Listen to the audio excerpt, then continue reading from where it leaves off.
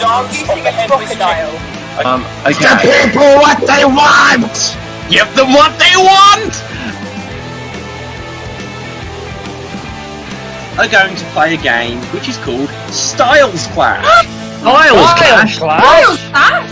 Verbatim. We are going to move on to our final challenge of the show as an impression battle tournament. So, Hello, Georgie. We're going to make a lovely cake. I wish my mum was here. Have a nine shoes. Nine shoes. No shoes. Right. Now we just have to go back to the future. That's why I tell everyone to eat my shorts. Oompa loompa doopa-dee-dee. If you are wise, you'll go out with me. Yeah, I'm Mary Poppins. Give me super califragilistic XP karaoke dotion.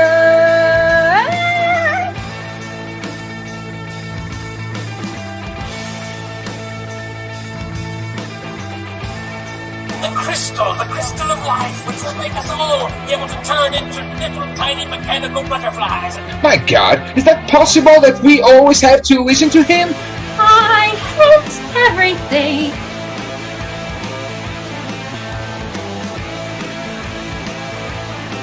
No! But George is my friend! You don't have any friends! Ah! there you go. I did a little picture of us all earlier. I was doodling a little bit. Like a virgin. Oh, I love the U-bend. I like to get my hands inside the pipe. I've ways to tickle you to death. Continue this as Cockney Gerbils. Extreme Improv XStreamed champion. Good.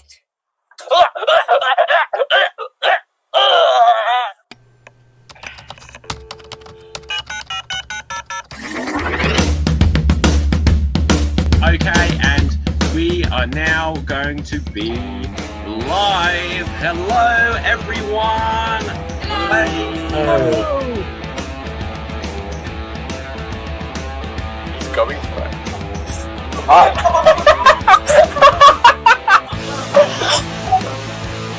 But that basically should be the whole show, shouldn't it? Because we're going to play lots of improv games where we make up scenes, songs, and stories based entirely on your suggestions. So class, here's what you need to know. We're going to get straight into our first game in a moment, but first of all, for everyone watching, we're going to need lots of suggestions from you throughout the show. Give us lots and lots of suggestions. Give the people what they want! Okay.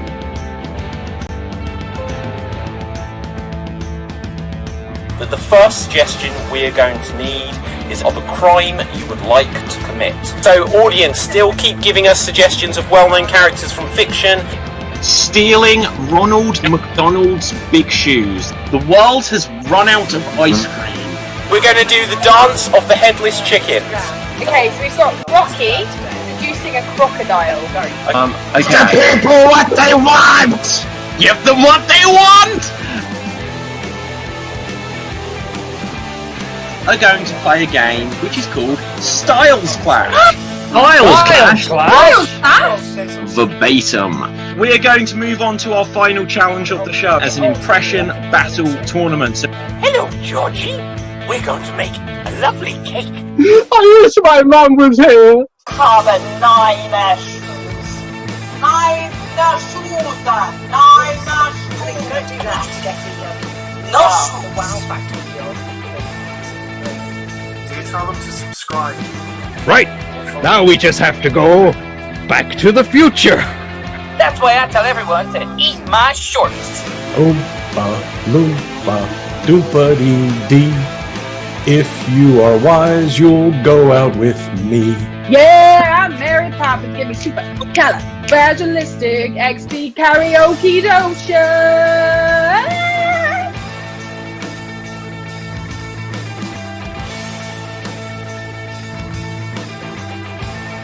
The crystal of life, which will make us all able to turn into little tiny mechanical butterflies. My God, is that possible that we always have to listen to him? I hate everything.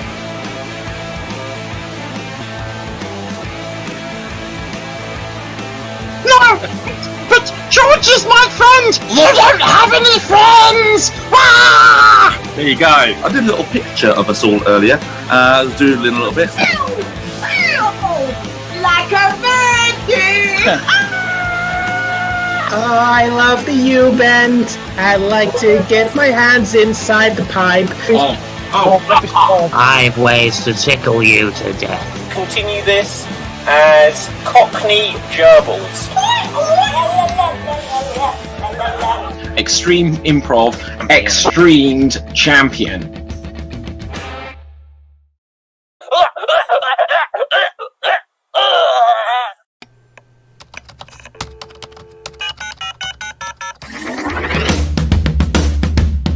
Okay, and we are now going to be live. Hello, everyone. Hello. He's going for it.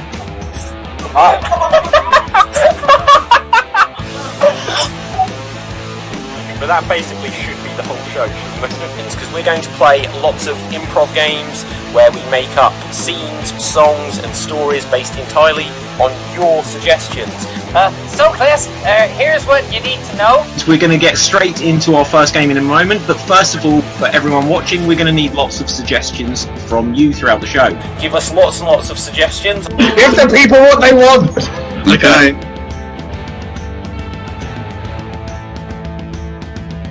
But the first suggestion we're going to need is of a crime you would like to commit. So audience, still keep giving us suggestions of well-known characters from fiction. Stealing Ronald McDonald's big shoes. The world has run out of ice cream. We're going to do the dance of the headless chickens. Okay, so we've got Rocky seducing a crocodile. Okay. The people what they want! Give them what they want! Are going to play a game which is called Styles Clash. Styles Clash? Verbatim. We are going to move on to our final challenge of the show as an impression battle tournament. So Hello, Georgie. We're going to make a lovely cake. I wish my mum was here. Have nine shoes.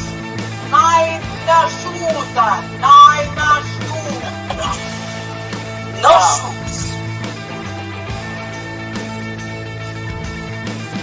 Right, now we just have to go back to the future.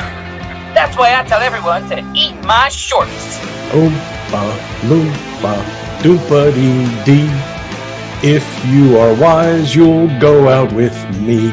Yeah, I'm Mary Poppins. Give me super fragilistic XP karaoke dotion.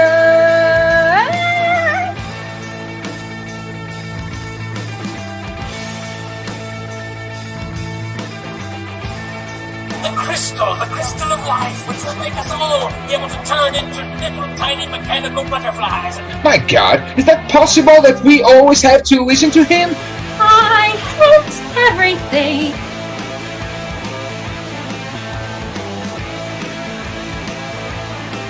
No! But George is my friend! You don't have any friends! Ah! There you go. I did a little picture of us all earlier. Doodling a little bit. Like a virgin! Oh, I love the U-bend. I like to get my hands inside the pipe. I've ways to tickle you to death. Continue this as Cockney Gerbils. Extreme Improv XStreamed champion.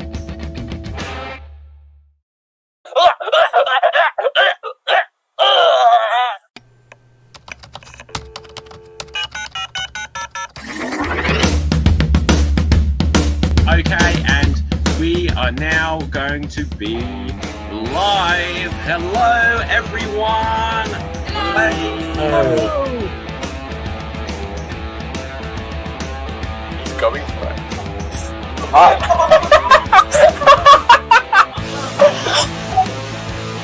But that basically should be the whole show, shouldn't it? Because we're going to play lots of improv games where we make up scenes, songs and stories based entirely on your suggestions. So class, here's what you need to know. We're going to get straight into our first game in a moment, but first of all, for everyone watching, we're going to need lots of suggestions from you throughout the show. Give us lots and lots of suggestions. Give the people what they want! Okay.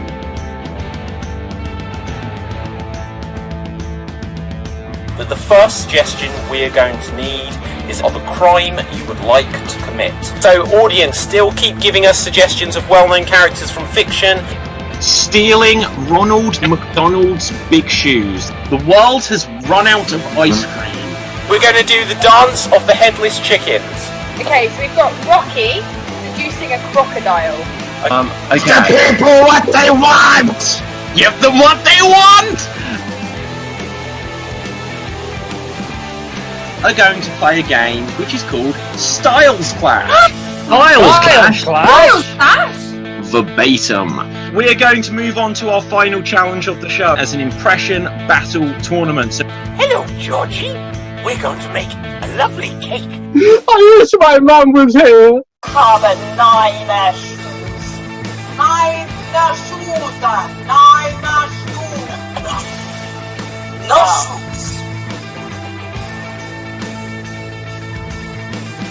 Right, now we just have to go back to the future. That's why I tell everyone to eat my shorts. Oompa loompa doopa dee.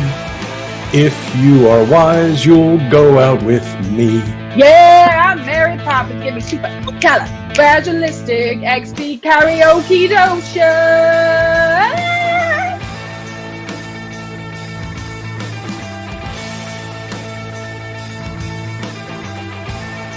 The crystal of life, which will make us all be able to turn into little tiny mechanical butterflies. My God, is that possible that we always have to listen to him? I hate everything.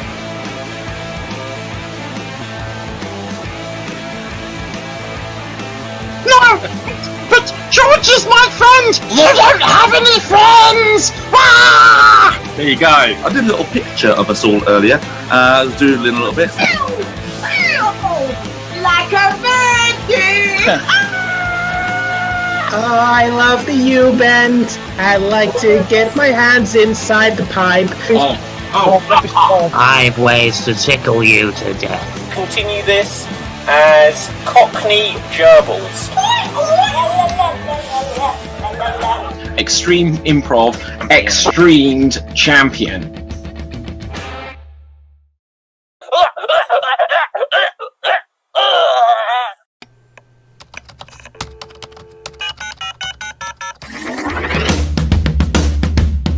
Okay, and we are now going to be live. Hello, everyone. Hello. He's going for it.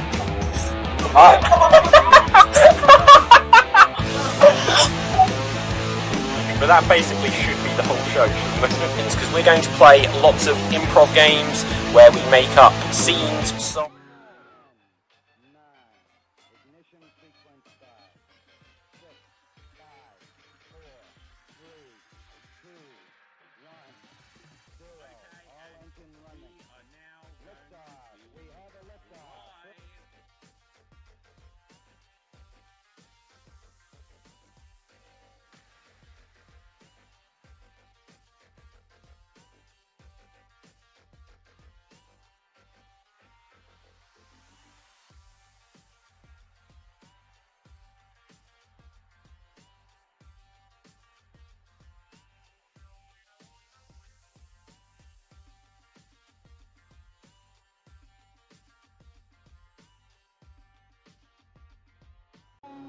Live, hello! Oh, I forgot to press the button. It came up with something right at the beginning. So, hello. Okay, excellent. You guys can be heard. I think I can be heard. Audience, let us know if we cannot be heard, as I welcome you to Extreme Improv XStreamed. So, first things first, you will see in the suggestion box down below, we need a suggestion of a famous movie. So please put some suggestions of well-known and famous movies into the comments section, and we'll use them for a game shortly. But whilst you're doing that, let's meet tonight's performers. On the show today, we have Danny. Say hello. Hey guys, I'm back again. We also have Ruth. Oh, hello, I'm here. Indeed you are, and we're joined by Diz. Hi everybody. And on the show, just taking a swig of something there, we have Alan. Performance debilitating drug Pepsi Max. Pepsi, is it cherry or just regular? Regular. Oh, okay. Nice to meet you, everybody. I've got a mascot today. My signed photograph of Spike Milligan that my lovely wife got me for our wedding. So amazing. Okay, Dave, who's your mascot today? I don't think I can get him out on the internet anymore. I've got told off before. Ah, right. Okay, Andrew. Hello, everyone. And last but not least, we're joined by Assad. Hey everybody, I'm all the way from India, and I have a fan in the audience as well. You have a fan in the audience? Yes. Ah, very exciting. So, audience, we're going to play lots of short-form improv games as we strive to become the Extreme Improv XStreamed champion of the show tonight. We're going to start off, as we often do, with a game of Verbatim. Yes, we're going to play Verbatim, and the way Verbatim works is one of our performers will perform a 30-second dramatic monologue, and then another performer is going to attempt to recreate that monologue as precisely as they can. So, let's have a look what we've got in the comments section. Don't be afraid to put some suggestions in at any time, guys. Oh, actually, I forgot to mention, we're joined once again by a on-screen audience member, so I'm just going to ask them to start their video just so we can say a quick hello to Judge Kim Kardashian. So look at that, we've got Kim Kardashian joining us. The Kardashians are here. How are you doing, guys? Good, fine, thank you. Excellent. Looking forward to the show? Yeah. Okay, so I'm going to come to you in a moment. So I'd like you to specifically to think up a famous movie, and we'll use it for our next game. But so have a think on that, and for now, I am going to kick you out. Sorry. Right, so let's have a look. We've got lots of suggestions in the comments section. We've got Batman, as suggested by BattleCat20. BattleCat, hello, I remember you from before. Julie, who we just kicked out, said The Greatest Showman. That might be a fun one. What is Improv? On Twitter says Titanic. Janie says Hellboy. What is Improv? Also says Lord of the Rings. We've got loads to work with here. Killer Bees. Is there a movie called Killer Bees? I don't know that one. I think there is. Is that not one of Michael Caine's slightly dodgy ones? I don't know. What do you mean by dodgy? Like well, just that he did it just for the money, because it's crap. In his early days, he did a dirty film called The Killer Bees. Right, okay, so that might be fun. So, Dave, you can start us off with that. Right, okay. You are Michael Caine, whether or not this is accurate or not, in his pre-fame dirty movie called Killer Bees. Right, you can interpret that as you wish to. And you're going to have 30 seconds to perform this deleted scene. And here you go. Now, not a lot of people know about this, but the fact is Killer Bees have been chasing after me for the last 3 hours. I've been getting in my little Mini, driving around with 2 other similarly coloured Minis, and they've been chasing us all around Naples. And the thing is, I don't think that these Killer Bees are going to stop until I am jumped off some sort of cliff. And I'll tell you what, I'm going to get those bees, I'm going to get their queen, and I'm going to squish them like that. Just because. And that is 30 seconds. Thank you so much, Dave. So, audience, this is what's going to happen next. Next, I'm going to come to another performer who will have 30 seconds to recreate Dave's original performance as precisely as they can. Now, this time, I think I'm going to come to Diz. Diz, you will have 30 seconds to recreate Dave's original monologue, and here you go. What people don't know, killer bees, they're everywhere, right? They're chasing me around I was in a Mini, right? with some other people? Oh, I don't know. I just was driving my Mini, and I thought, oh, killer bees. And so I thought, I'm going to grab them. I'm going to grab the queen. First I'll seduce her, then I'll squish her. Maybe I'll do it the other way around. Maybe I'll squish her first, then seduce her. And that is 30 seconds. Thank you very much there, Diz. Very good recreation there. Very good. So next up, we are going to come to Andrew. Andrew, you will have 30 seconds to recreate Diz's recreation of Dave's original monologue. For clarity, you're not recreating Dave. You're just trying to recreate the performance as given by Diz. And here you go. Now, not a lot of people know this, but I'm being chased by killer bees. I'm in my Mini, I'm driving around Naples, and they're chasing me, I can't get rid of them, I don't know what to bloody do. They're after the gold, obviously. I'm going to find their queen, I'm going to seduce her, and squish her, I might even do the other way around, I might squash her, then seduce her, and then I'll blow her bloody doors off. And that is 30 seconds. Thank you so much there. So now we're going to take things, full circle as we come back to Dave Green. Dave, you will have 30 seconds to recreate Andrew's recreation of Diz's recreation of your own original monologue. And I can say that here you go. Yeah, not a lot of people nowadays.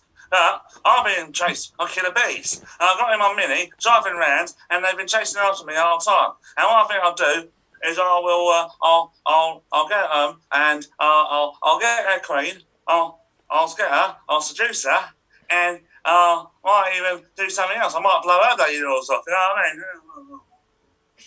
mean? Yeah, I've run out of time. I know, but never mind. And that is 30 seconds. Okay, so audience, it is now up to you. Who do you vote for? Who do you think did the best recreation of what came before? If you felt that it was Dave, then vote for Dave. If you felt that it was Andrew, then vote for Andrew. And if you feel that it was Diz, then vote for Diz. Whilst we wait for those votes to come through, we're going to ask our fellow performers to name who they felt did the best recreation, starting with Danny. They're all quite good, but I think Diz sort of just about won it for me. Okay. And Ruth, who would you vote for here? Yeah, I think there were some really good ones there, but I agree. For me, Diz. I think, not least because it was just the voice, the accent. You did a good job on that, Diz. Thank you very much. Okay, fantastic. Sorry, I'm just thinking of something else in between. Audience, you're going to see some weird stuff happening in the suggestion box. Forgive me for it, because I'm going to come back to it later. Assad, who would you vote for? All the monologues were great, and but yeah, my vote was for Diz because everything was on point. And he replicated the whole thing perfectly. Okay, and Alan. Well, I mean, as has been said, everyone did a very good job of recreating the words of the monologue. And, now that's what happened before that you didn't know that. Everyone did a very good job of replicating the words of the monologue.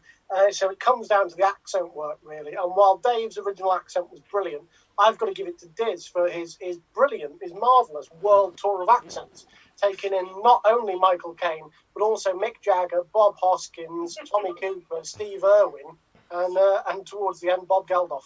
That was marvellous, and I'm going to give it to Diz.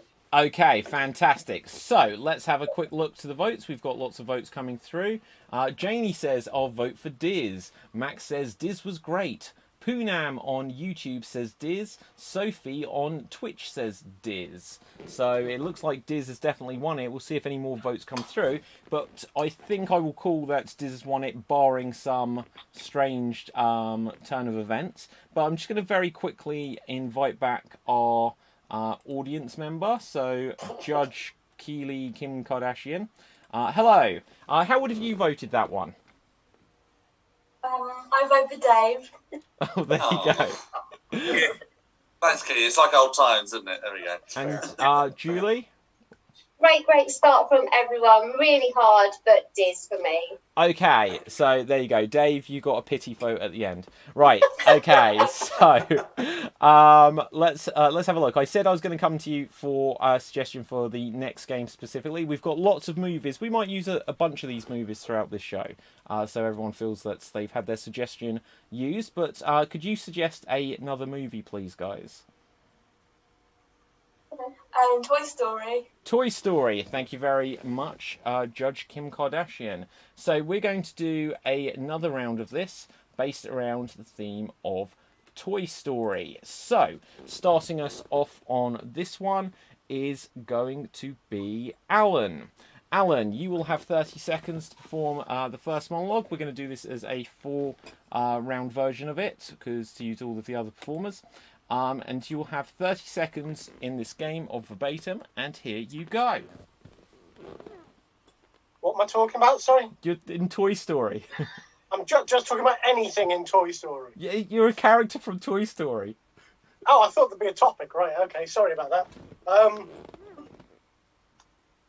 Day 12 of the Extreme Improv Experience. Still no sign of intelligent life anywhere in Alan's room. As far as we can work out, he's not understood a single thing that's happening.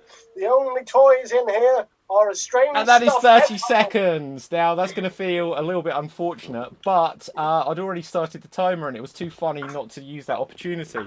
So... okay, so that was an interesting interesting addition of that there. Assad, we're going to come to you next. So you're going to recreate Alan's 30-second performance there. Okay, and here you go. Oh, wait, what's the topic? Oh, Toy Story. Oh, all right. I was expecting something else. Okay. Day 12 of no signs of intelligent life in Alan's room. This has been the worst experience ever. I mean, all the toys in the room, they are plotting against me. I don't know what's happening. Oh, my God. I should have thought before doing the whole Buzz Lightyear thing. What the fuck? And that is 30 seconds. Fantastic. Next up, we're going to come to Ruth. Ruth, you will have 30 seconds to recreate Assad's recreation of Alan's original performance. And we'll put you onto Spotlight, and here you go. Right, what am I doing? Toy Story, right, yeah, okay. Day 23 of there's still no sign of intelligent life, and all the toys they're ganging up on me, and I really need to go. I should have thought of this before I started, but there we go. Okay, and that is 30 seconds. Thank you very much, Ruth. And lastly, we will come to Danny. I say lastly, we will come back full circle in a second, but Danny, you will have 30 seconds to recreate Ruth's recreation of Assad's recreation of Alan's original monologue, and here you go. Sorry, what are we doing? Toy Story. Oh, anything from Toy Story. Okay, right. Sorry. Day 42. Still no sign of intelligent life in Alan's room. All the toys are ganging up on me, and that one's vibrating very rapidly. And damn it! I should have thought this through instead of time straight off the Buzz Lightyear thing. I mean. And that is 30 seconds. Well done. So, next we're going to come back to Alan. Alan, you will have 30 seconds to recreate Danny's recreation of Ruth's recreation of Assad's recreation of your original monologue. And here you go. Okay, sorry, what are we doing? Oh, right, yeah, Toy Story. Okay, right, fine, okay. Day 912 of the expedition. Still no sign of any intelligent life in Alan's room. All the toys are ganging up on me, and one of them is vibrating. I think it's Andy's mom's toy. Oh my God, Andy's mom!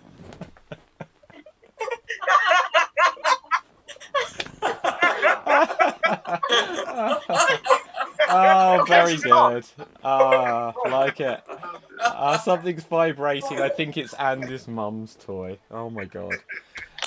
Very good use of the, Like it. Okay, so audience, who do you vote for here? Who do you think did the best recreation of what came before? If you feel it was our friend the bellhop at the end there, then vote for Alan. If you felt that it was Danny before, then vote for Danny. If you feel it was Ruth, put Ruth. And if you feel it was Assad, then vote for Assad. Whilst we wait for any votes to come through, I can say that hanging over from the last round, we had Jane said, I think Diz, and Erica said Diz. So Diz, you got 2 extra votes there. But let's have a look what we get for this round. First of all, Dave, who would you vote for here? It was really interesting because Danny did a very good interpretation of Alan's original monologue that seemed to ignore Assad's and Ruth's, but which in a weird way. Yeah, it's very good. But I'll go with Assad. I think I enjoyed his. I think his was the best actual recreation of Alan's previous one. Okay, and Diz. Ooh, you know what? I gotta split my vote. Ooh. Assad for the recreation, but Alan for bringing home the whole Toy Story vibe and putting the adult joke in there, which Danny sort of laid the seed for, but then Alan brought it around. So split vote. Sorry. Okay, and Andrew. They were all really good, but Alan for me. Okay. Oh, vacuum just on in the background somewhere. So let's have a look at the comment section. Erica says, Alan, the naughty boy. Kiss, kiss. Poonam says, Assad. So that's 1 apiece there. Sophie says, naughty Alan. Jane says, Assad, which makes it 2 apiece. We'll see if we get any more votes, audience. Try to get your votes in quickly. When we feel we've got a decisive winner, then we can call it. But that isn't quite yet. Any more votes coming through? I'm going to give it a few more seconds and then we will have a tie break. So I'm going to give it 5 countdown from now. 5, 4, 3, 2. Oh, Janie says Alan, which puts Alan in the lead. We're going to give it another 5 seconds just to see if any more votes come through again. 5, 4, 3, 2, 1. Oh, and no, there wasn't anything else. So, Alan, you win that round. Well done. Okay. Considering the complete bollocks I made of it, that's quite a shock result. Thank you. Okay, so we're going to move on to our next game, and we are going to play a round of single syllable showdown. We're going to play single syllable showdown. The way this works is there will be 2 performers in the scene at any one time. Everything the performers say in the scene has to be single syllable words. So, for example, they can say hi, but they cannot say hello. They can say Dave, but they cannot say David. The other couple of rules are they're not allowed to hesitate for a long period of time, and they're not allowed to have what we'd call a circular conversation, meaning conversation that goes nowhere. So let's have a look. We're going to take another suggestion of a movie to set this in, but I'm also going to just tell you that we're changing what's in the suggestion box, and next up we are going to need the suggestion of a profession. So audience, during the course of this game, feel free to write a suggestion of a profession in the comments section. Let's have a look what films we've got that we didn't use. We used Killer Bees. Let's have a look. Hellboy's quite good. Greatest Showman. I think Lord of the Rings. Lord of the Rings is always a fun one. So we're going to do this as if it's set within the world of Lord of the Rings, as suggested by What is Improv? Which is interesting. That's the name of their thing, but you assume they know. What is improv? Tell us, what is your definition of improv? But this is going to be set within the world of Lord of the Rings. Starting us off are going to be Danny and Andrew. Danny and Andrew are going to start us off. If everyone else can kill their camera view, then we will begin a single syllable showdown set within the world of Lord of the Rings. And here you go. Hi there. Hello. No. So, Andrew, we enjoyed having you for that first word. Hi, everyone. Good night. Right. So, okay, we are going to have Ruth. You have already joined. Take it away. Hi there. Hi. What is that? That is a ring, and it is more than I choose to know. More than you choose to know? What do you know. mean? I don't know. Well, I don't know, but I thought that ring was mine. This is my ring. It's all mine. Why do you think it's yours? Because I want it. But the elves do not want you to have it. Do they not? No, nor do the dwarfs. Well, tough. It's mine now. Give me the ring. No. Who are you really? Oh, and Ruth, you're out. So, let's say Alan joined the scene. Is that the One Ring? Yes. It's all mine. It is not yours. That ring was forged in the dark years by the Lord Jeff. And he would like it back. Waiting now. Your voice has gone quite high. I know. That big red thing that floats in the air. I sucked it. And then The my sun- voice went deep. Oh my God, I think your balls dropped. Oh no! Just don't use it as a cock ring. That's good. I guess that's I two words. think it's a bit too small. We can try. Yeah, right. Where did this go wrong? You will not pull with a knob that cannot be seen by a girl. I'm sorry, I got nothing. Okay, Dave, join the scene, please. You shall not pass. Do not touch that ring. You do not know where it has just been. I think you'll find I see all. I know where it has been. Cool. This staff I hold in my hand lets me see all. And I did not want to see that. I do not blame you in the least. Is my beard smooth? It is held on with glue. How dare you? I grew this from whence I was a small lad. And when your staff was only a twig. It has grown large in those Only a strange twig. days and Oh. years. Was there a mistake?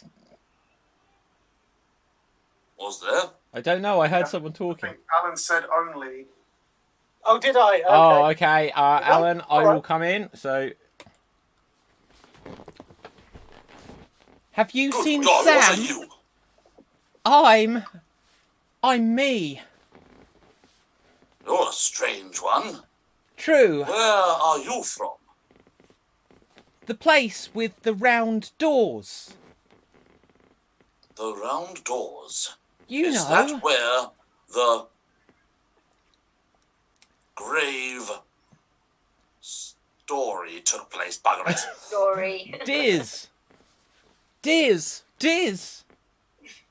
I am here. Oh, good. I can't find Sam.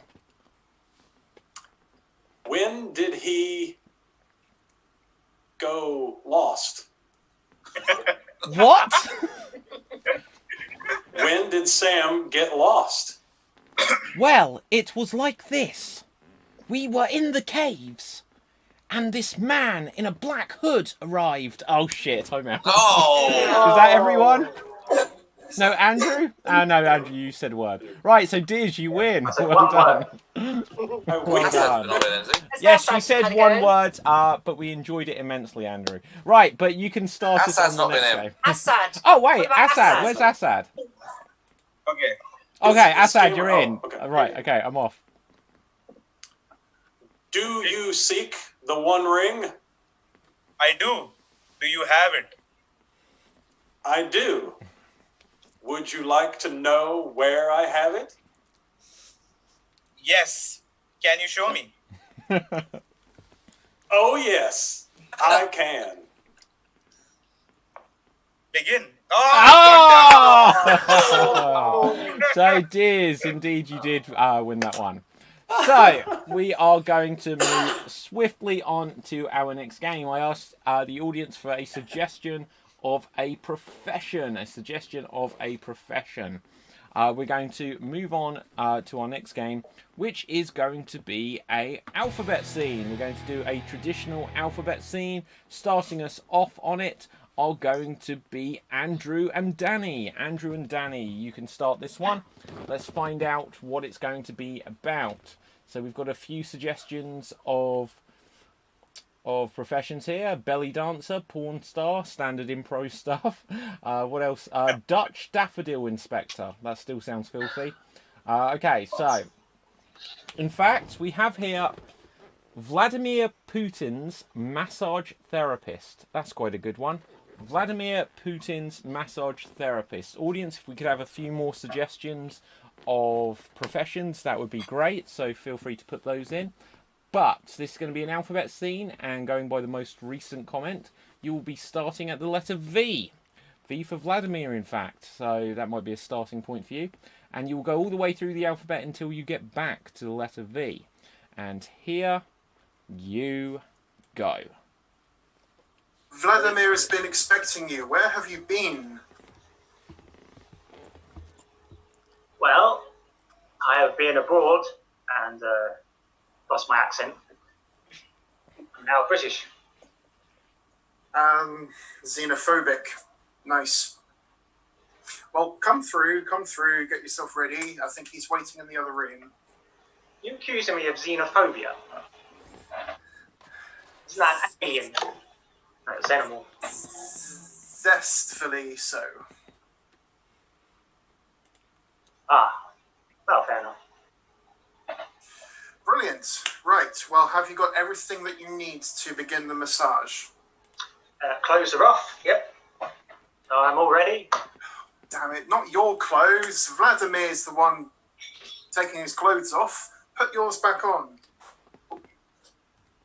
Every day I take my clothes off in service of Vladimir. Oh, for goodness sakes. Let's just move on. I'm sure he won't notice.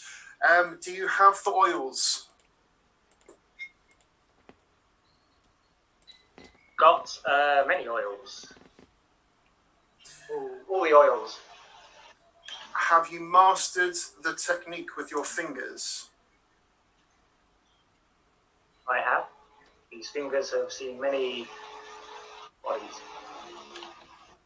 Joyful. Right, so in a few moments I'm going to lead you into the next room, and from there on it's all yours. Can we, that's a C, keep,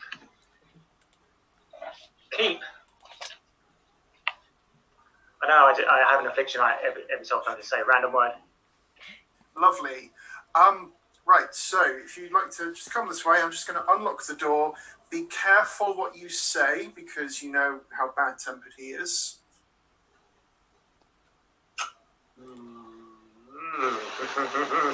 Very bad-tempered he is. I've been on the receiving end of his wrath. It's not pleasant.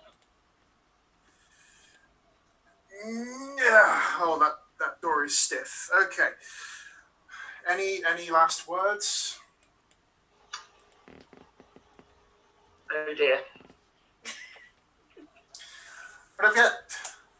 Your masseuse is here.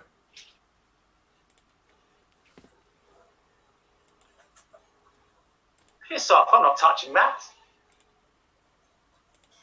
Why was it erect?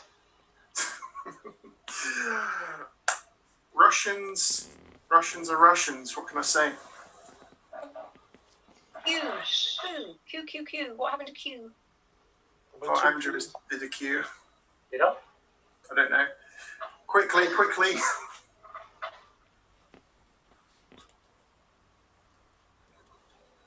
Really smells in here. Those oils are very. I think you use too much oil.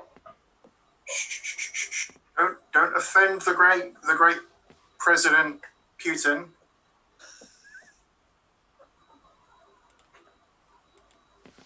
Trying to remember what letter we're up to. Understandable. Anyway, get stuck in. Hands are good to go. I'll leave you to it. Very well. And they made it. So well done, guys. Well done. Fabulous stuff. Next up, we are going to have a reverse alphabet scene. And this reverse alphabet scene is going to feature Dave and Assad. You're going to do a reverse alphabet scene. Okay. Let's have a look what other professions we've got. We have septic tank cleaner. Audience, we need a few more suggestions than this. Come on, guys. We can get some more suggestions in there. But it looks like you may be cleaning out a septic tank. So, clean... Oh, hang on, we've got a hairdresser. Hairdresser saved it at the last second. So you can bring in septic tank if you want. But we will go with the hairdresser. So this will be a scene set at a hairdresser. And let's choose a random letter here. You're going to start at the letter S and move backwards until you get back to the letter S. Danny and Andrew, if you could kill your camera views, and let's start things off. Here you go. Snip, snip, snip, snip, snip, snip, snip, snip. Really nice of you to just practice the hair cutting skills when no one is around. It's great actually.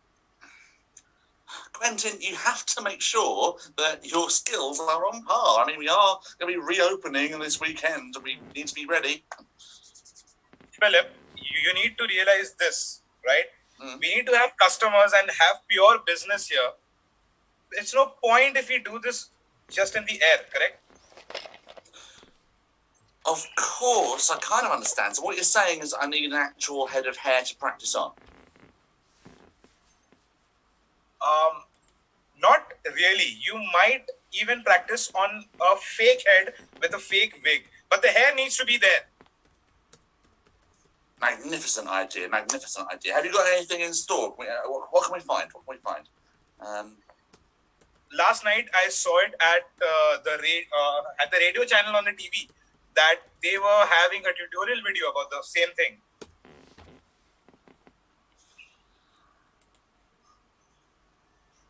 Knock on their door, we will, and we'll find out what they need for their hair cutting. I think what we can do is we can round up some volunteers, maybe. Just the right kind of attitude we need. So, how do you want to start this?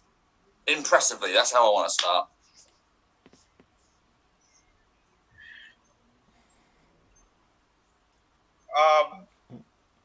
How about this? We go out there and we'll start asking people, do you want a haircut? And if they agree, we have our customers. Great logic there. I agree. I think the fact that they will agree and then we do what we've asked them that they would want, that's a great idea. I think that's superb. Furthermore, we can also expand our business to further new territories for more people to get their hair cut. Each and every one in the land should have their hair cut done by us. If we form them all into one big line, everyone in the entire world, then we get all the business.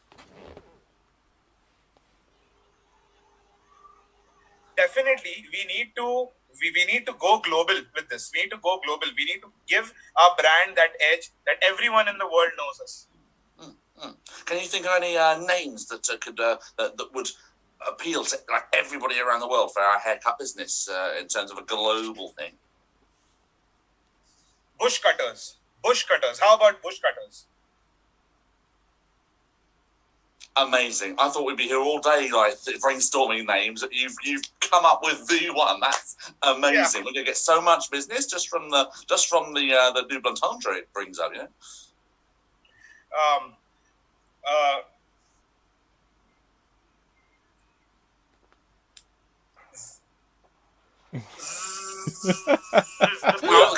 Okay. That's the sound a trimmer makes. Okay. So we have to use both the trimmer and the scissors. Global, everywhere. You have the clippers there. I have the scissors here. So I think we could combine these to make some massive deal. X-rated movies can be streamed on the TV while the people are getting the haircuts. Wanking everybody will be while we're waiting for the haircut.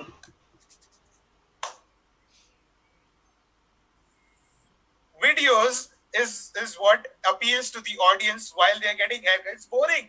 Might as well show them the videos that they like. Unbelievable. And guess what? We can save money on hair gel too. Tremendous. That's exactly what we're going to do. That's exactly what we're going to be so rich. We're going to be so rich. So rich. And well done, guys. They made it all the way through. Fantastic stuff. Wow. Excellent. Okay, so audience, we're going to move on to our next game, which is going to be a random alphabet scene. We're not going to do one of these with everyone, but we are going to have one or two of these. So who haven't we just had in a scene? We haven't had Ruth and Diz. Let's have Ruth and Diz. You're going to do a random alphabet scene. So audience, just to explain how this works, these guys are going to perform a scene similar to what we've just had, but instead of the alphabet going forwards like ABC or going backwards like CBA, the alphabet has to come in a random order. Couple of extra rules: they're not allowed to reuse a letter that they have already used to start a line of the dialogue, and they are not allowed to do any recognizable patterns. So the alphabet truly has to go in a random order. I'll be keeping check of this. Let's find out where this is going to be set. Oh, also audience, I have changed what is in the suggestion box right now. We need suggestions of unlikely stage names for professional wrestlers for our next game. Unlikely stage names for professional wrestlers. So like you might get a real wrestler called The Undertaker or Bret the Hitman Hart. We will want something like the Fearless Pony or the Underbaker, I suppose. So put those into the suggestions now. Let's have a look what we've got here. We've got suggestion of a chimney sweep. So this is going to be a scene about a chimney sweep, and it is going to be a random alphabet scene game. And here you go. Have you ordered the book, the chimney sweep, to come? I have. Should be here any moment. Oh, H.I., and that is all she wrote. That is all she wrote. Diz. I was digging that scene. Too bad. So, well, I feel quite bad. I feel bad for Ruth more than you, Diz, because Diz as the offending player there. So this actually makes what happens next quite easy, because Alan, you haven't done one of these scenes at all yet, have you? You can Ruth, you can have another go. You can get more than one line in here. Diz, you cannot. Not if I have anything to say about it. Right, okay. Let's find out what this is about being air stewards. He's the chimney sweep. Well, you can bring in this chimney sweep if you want. Right, okay. Air stewards. This scene is about air stewards. It is another random alphabet scene. So just to explain what happened there, because we had the letters H starting a line of dialogue and then the letter I starting it, or maybe the other way around, the two letters go following the pattern of the traditional alphabet. So that was all she wrote. So here we go, air stewards, and here you go. It's going to be a really rough flight today. Qantas staff don't have to put up with this nonsense, I'm telling you now. Don't you believe it? They do sometimes. But I had heard that not only have they got a perfect crash safety record, but they have benefits and pension rights for Qantas staff. That's unusual. Let me tell you, it's very unusual in this industry. You know what? I think I've been doing this job too long. For crying out loud, love, haven't we all?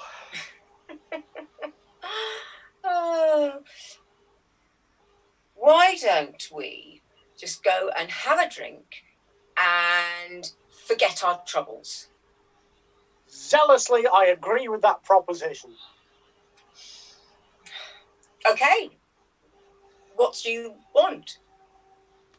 Xeroderma cream, because my skin is a bit itchy from the dry skin, but also mine's a pint of Irish brandy. Pint of brandy? Got to have a pint of... you remember, these are airlines. This isn't where the normal rules of drinking apply.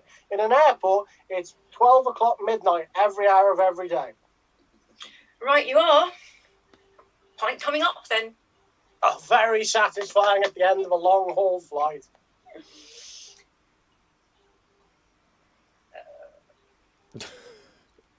Everyone will want one, though, won't they? Jealous. They will be. You're right.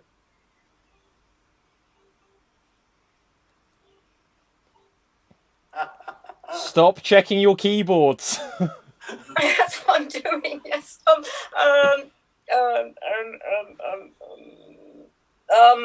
Hesitation is far too much. No, oh, wait. I'm going to allow that just for the nerve of it. Right, go for it. It was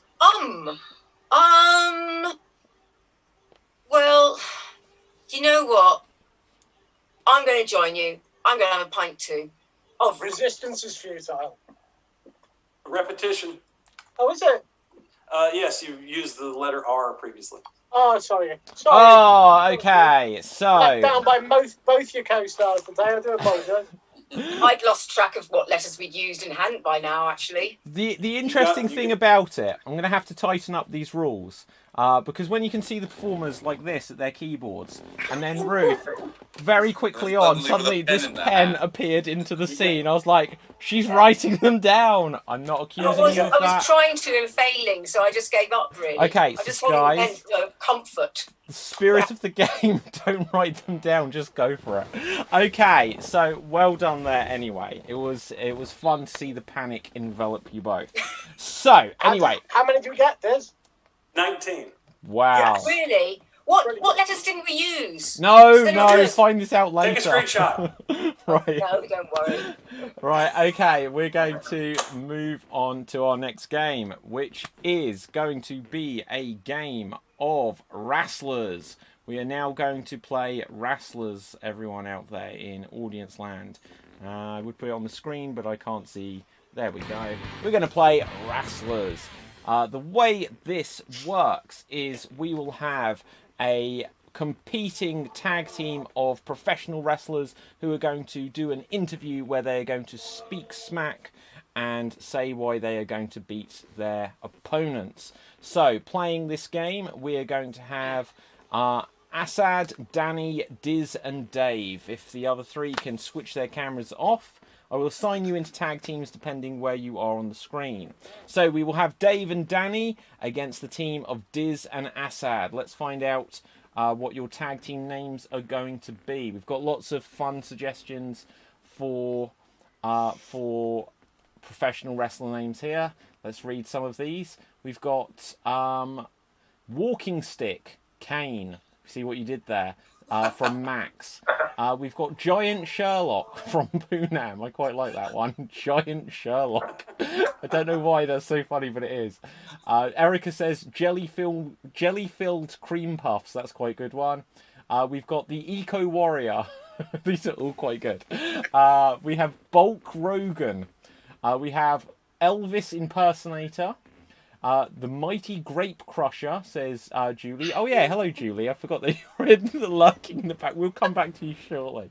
Right, we have Levi's Impersonator. I think that was meant to be... Okay, so they wrote Levi's Impersonator and then they corrected it and said Elvis Impersonator. I quite like that. The fake gene sellers. The Ultimate Warrior. I quite like that one. The Ultimate Warrior. Doink the Barmaid. That sounds filthy. Right, okay, and let's have a look. Who shall we go for? Let's have... do you know what? Let's do something different than normal. Rather than it be tag teams, let's give you each a character and assume you're going to be in some fatal four-way match, and you can all say why you're going to win. I know you're going to lose track of who each other are, but do your best. So, Dave, let's make you... the Ultimate Warrior. The Ultimate Warrior. Danny, you are going to be the Eco Warrior. So we've got a warrior and a warrior. Sophie on Twitch just said Rim. I don't know what that's meant to be, but it sounds disgusting. Right, okay, so... Diz, you are going to be... Is she thinking of? I don't know. Also, if Rim is a name, then I don't know what the finishing move is. Okay. Okay. So let's have a look here. Diz, you are going to be jelly-filled cream puff. You are the jelly-filled cream puff. Okay. And, well, I suppose then, Assad, you have to be Giant Sherlock. You are Giant Sherlock. Okay, so, ladies and gentlemen, boys and girls, children of all ages, welcome to Saturday night's main event on Wednesdays. And we are going to have a fatal four-way main event this evening. I forget exactly who everyone was already, but we're going to find out why each of our competitors feels they're going to walk away champion here tonight. First of all, let's hear from the Eco Warrior. Hello guys, I'm the Eco Warrior and I'm gonna recycle the competition. Okay, not so many words there from the Eco Warrior, but from the Eco Warrior to the Ultimate Warrior. Tell us, why are you going to be victorious?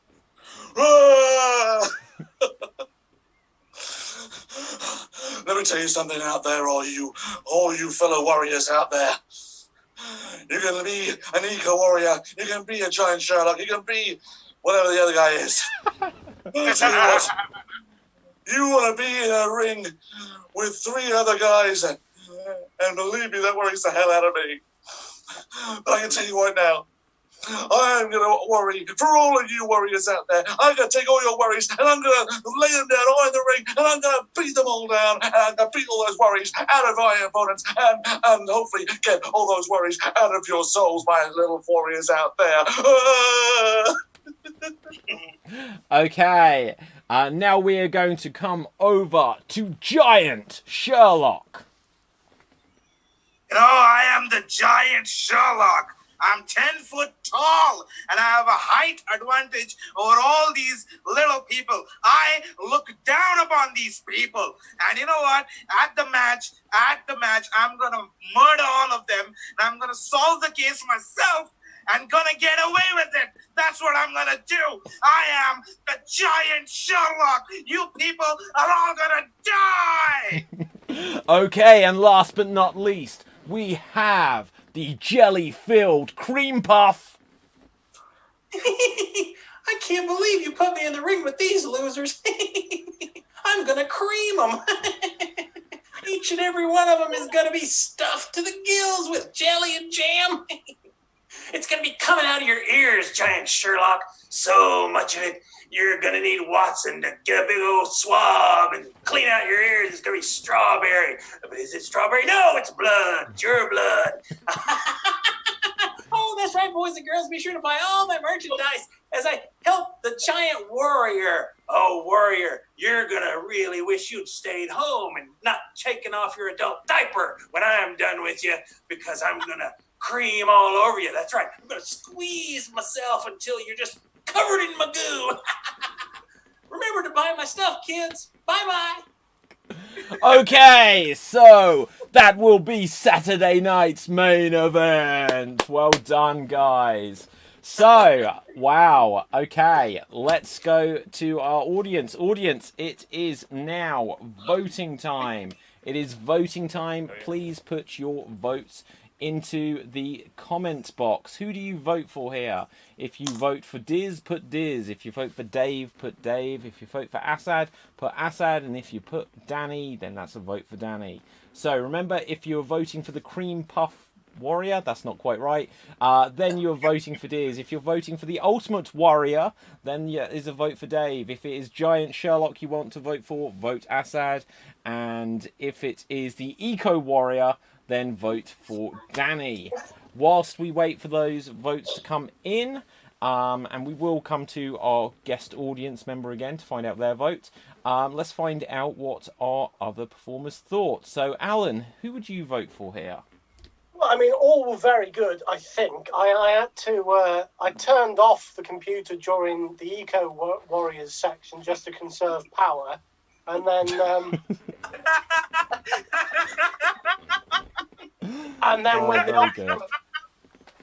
when the Ultimate Warrior came on, I just wandered off to make sure I hadn't left the gas on. But of the other two, I thought that the jelly-filled cream puff was extremely good, but I have to give it to Assad because, as you know, Hollywood has a principle that eventually everyone will play Sherlock Holmes. And sadly, Andre the Giant died before he could. So that's made up a big gap in my life, Assad. Thank you. Thanks for giving me that gift. Okay, Ruth, who would you vote for here? Well, I was a bit worried about all the worrying going on. So I'm not going to go with worrying because I can't be bothered. It's got to be the creaming. That has to happen. Diz gets my vote. Okay, and Andrew. I'm torn between. I can't. For me, it's a tie between Dave and Diz. I couldn't pick out those two. They're all good. Okay, so let's go to the comments section and see what we've got. So we've got a vote from Janie on Twitch that says Diz, lol, so funny. So it's a vote for Diz. Jane, so we've got a Janie and a Jane. Jane says Diz, so that's 2 for Diz. Battlecat on Twitch says Diz. So Diz, you're running away with this one. Sophie J says Danny. So that's a vote for Danny and 3 for Diz. Max says Diz, which makes it 4. Poonam says Assad as Giant Sherlock.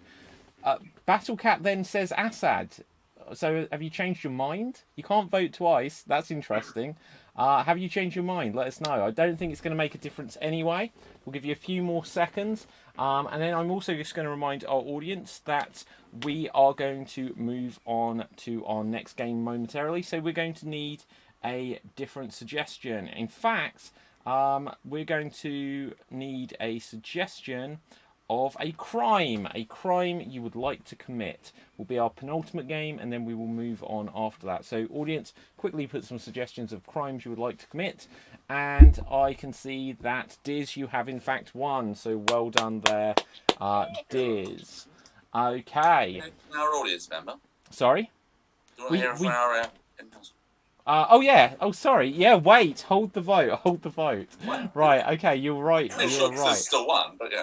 Okay. Sorry. I keep forgetting tonight. So, Judge Kim Kardashian. Who do you vote for? I vote Diz.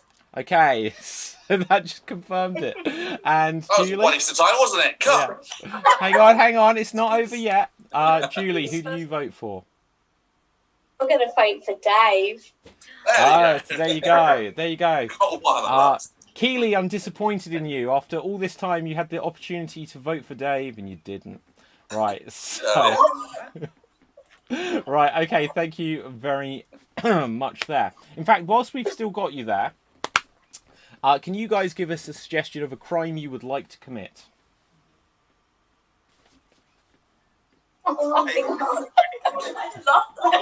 Nothing? Pickpocketing. Pickpocketing. No, I said one you would like to commit, not one you frequently commit. Okay, so on that note, we will take that suggestion of pickpocketing. Right, so I'm casting aspersions here now. Right, so starting us off in this next game are going to be Alan, Andrew and Ruth, as they were not in the last game. Alan, Andrew and Ruth. And we are going to play a game of body language. So, audience, we're very quickly going to need suggestions of a body part. Audience, quickly give us suggestions of body parts, as many as you can. Also, I just want to note that I forgot to mention, I saw it earlier in the comments from Assad. He suggested the wrestler name the Bush Cutters. I quite liked that one. But, audience, quickly suggest some body parts. And let's find something that this scene can be about. So, okay, we've got some suggestions coming straight through. But let's see something which we didn't use earlier. So, I feel quite bad that we didn't use the Levi's impersonator suggestion. So we're going to take that as the inspiration for this scene, which is going to be set as if it is about counterfeiting jeans. Counterfeiting jeans. I think there was an episode of The Simpsons once about counterfeit jeans, which was an unusual thing. So let's have a look. So, we've got some suggestions of body parts. No, Julie, you pickpocket. You've said bum. We know why, because that's where you pickpockets from. Right, okay. But we have Livia has suggested knee. None of these body parts are visible on the medium of Zoom. Okay, Keely has said tongue, though. Keely has said tongue. So, Alan, you are going to have to use your tongue as much as possible within this scene. Let's have a look. How can I reinterpret knee and bum? So, people sometimes have a bum chin. So, Andrew, you have to use your chin as much as possible. What is that?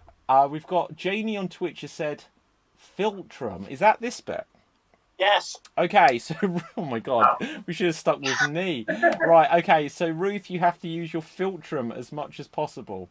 And then Keely gives us the middle finger. Right, so, okay, it's already been decided. So, philtrum. Ruth, you have to use your philtrum. Andrew, you have to use your chin. And Alan, you have to use your tongue. This is a scene about counterfeiting jeans, and here you go. Well, I'd like firstly to thank the audience member who suggested that I need to use my tongue as much as possible, because of course I do that simply by speaking. So it's an extraordinarily easy thing for me to be using at all times, especially since I can even use it to blank out my philtrum, thereby completely making Ruth's suggestion irrelevant in the first place. So the whole thing we're doing here is about counterfeiting jeans. I have to point out, by the way, that you can't counterfeit jeans, because if you can wear them on your legs, they're real. So... So hang on.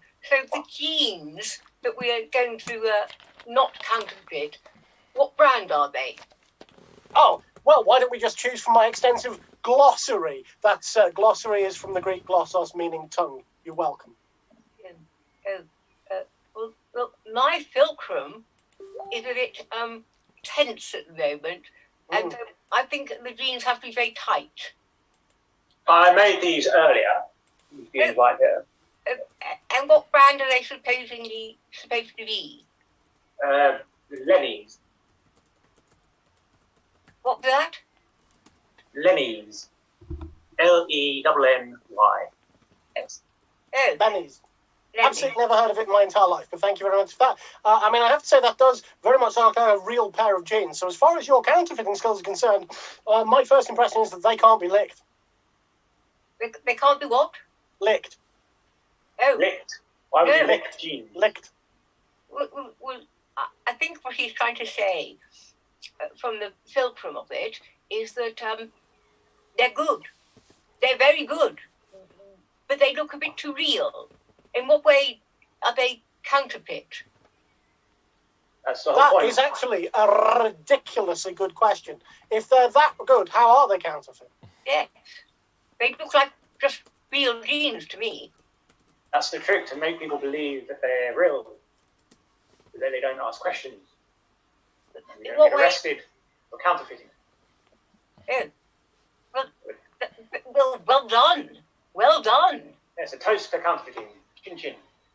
That's very funny. Very funny indeed.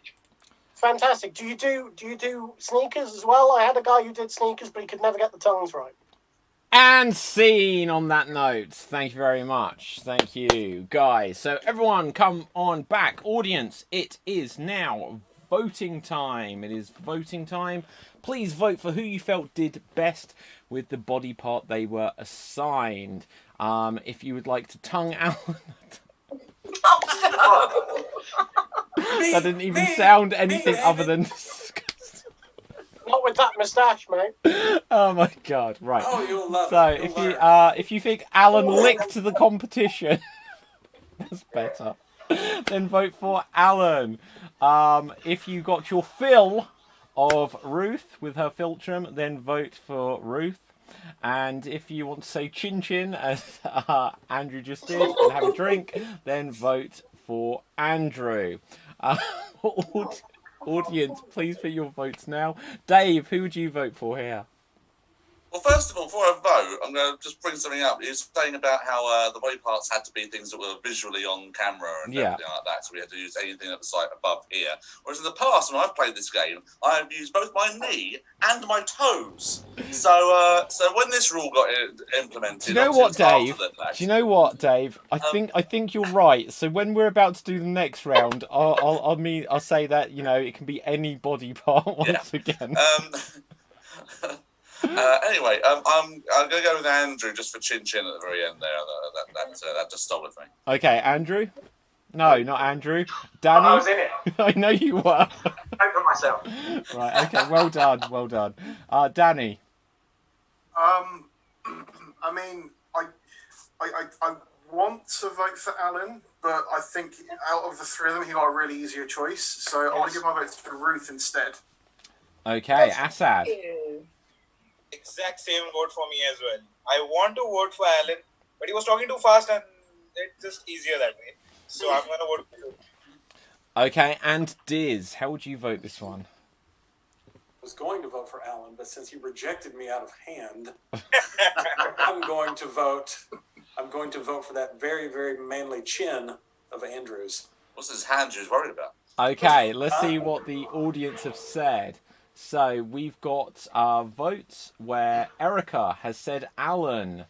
Keely says, hi, Linda. So, hello, Linda. I don't know who Linda is. We have a vote for Alan from Sophie. So that's 2 for Alan, 1 for Linda. Max says Andrew. Max says Andrew twice. What is with the double votes tonight, guys? Jane says Alan. Poonam says Alan. And we'll see if 5 more seconds, but it looks like that is going to be for a vote for Alan. You win. Well done. So, next You're right, up. mine was the easiest rolls. That's the luck of the draw. So, let's have a look. Let's find out, first of all, what the scene. Audience, we may need a few more body parts. And then, audience, we are going to go on to our finale round, which will be an impression battle royale. So, as you can see in the suggestion box, we write some body parts first, but then we will need suggestions of characters from fiction or people from history, plus unusual things for them to do.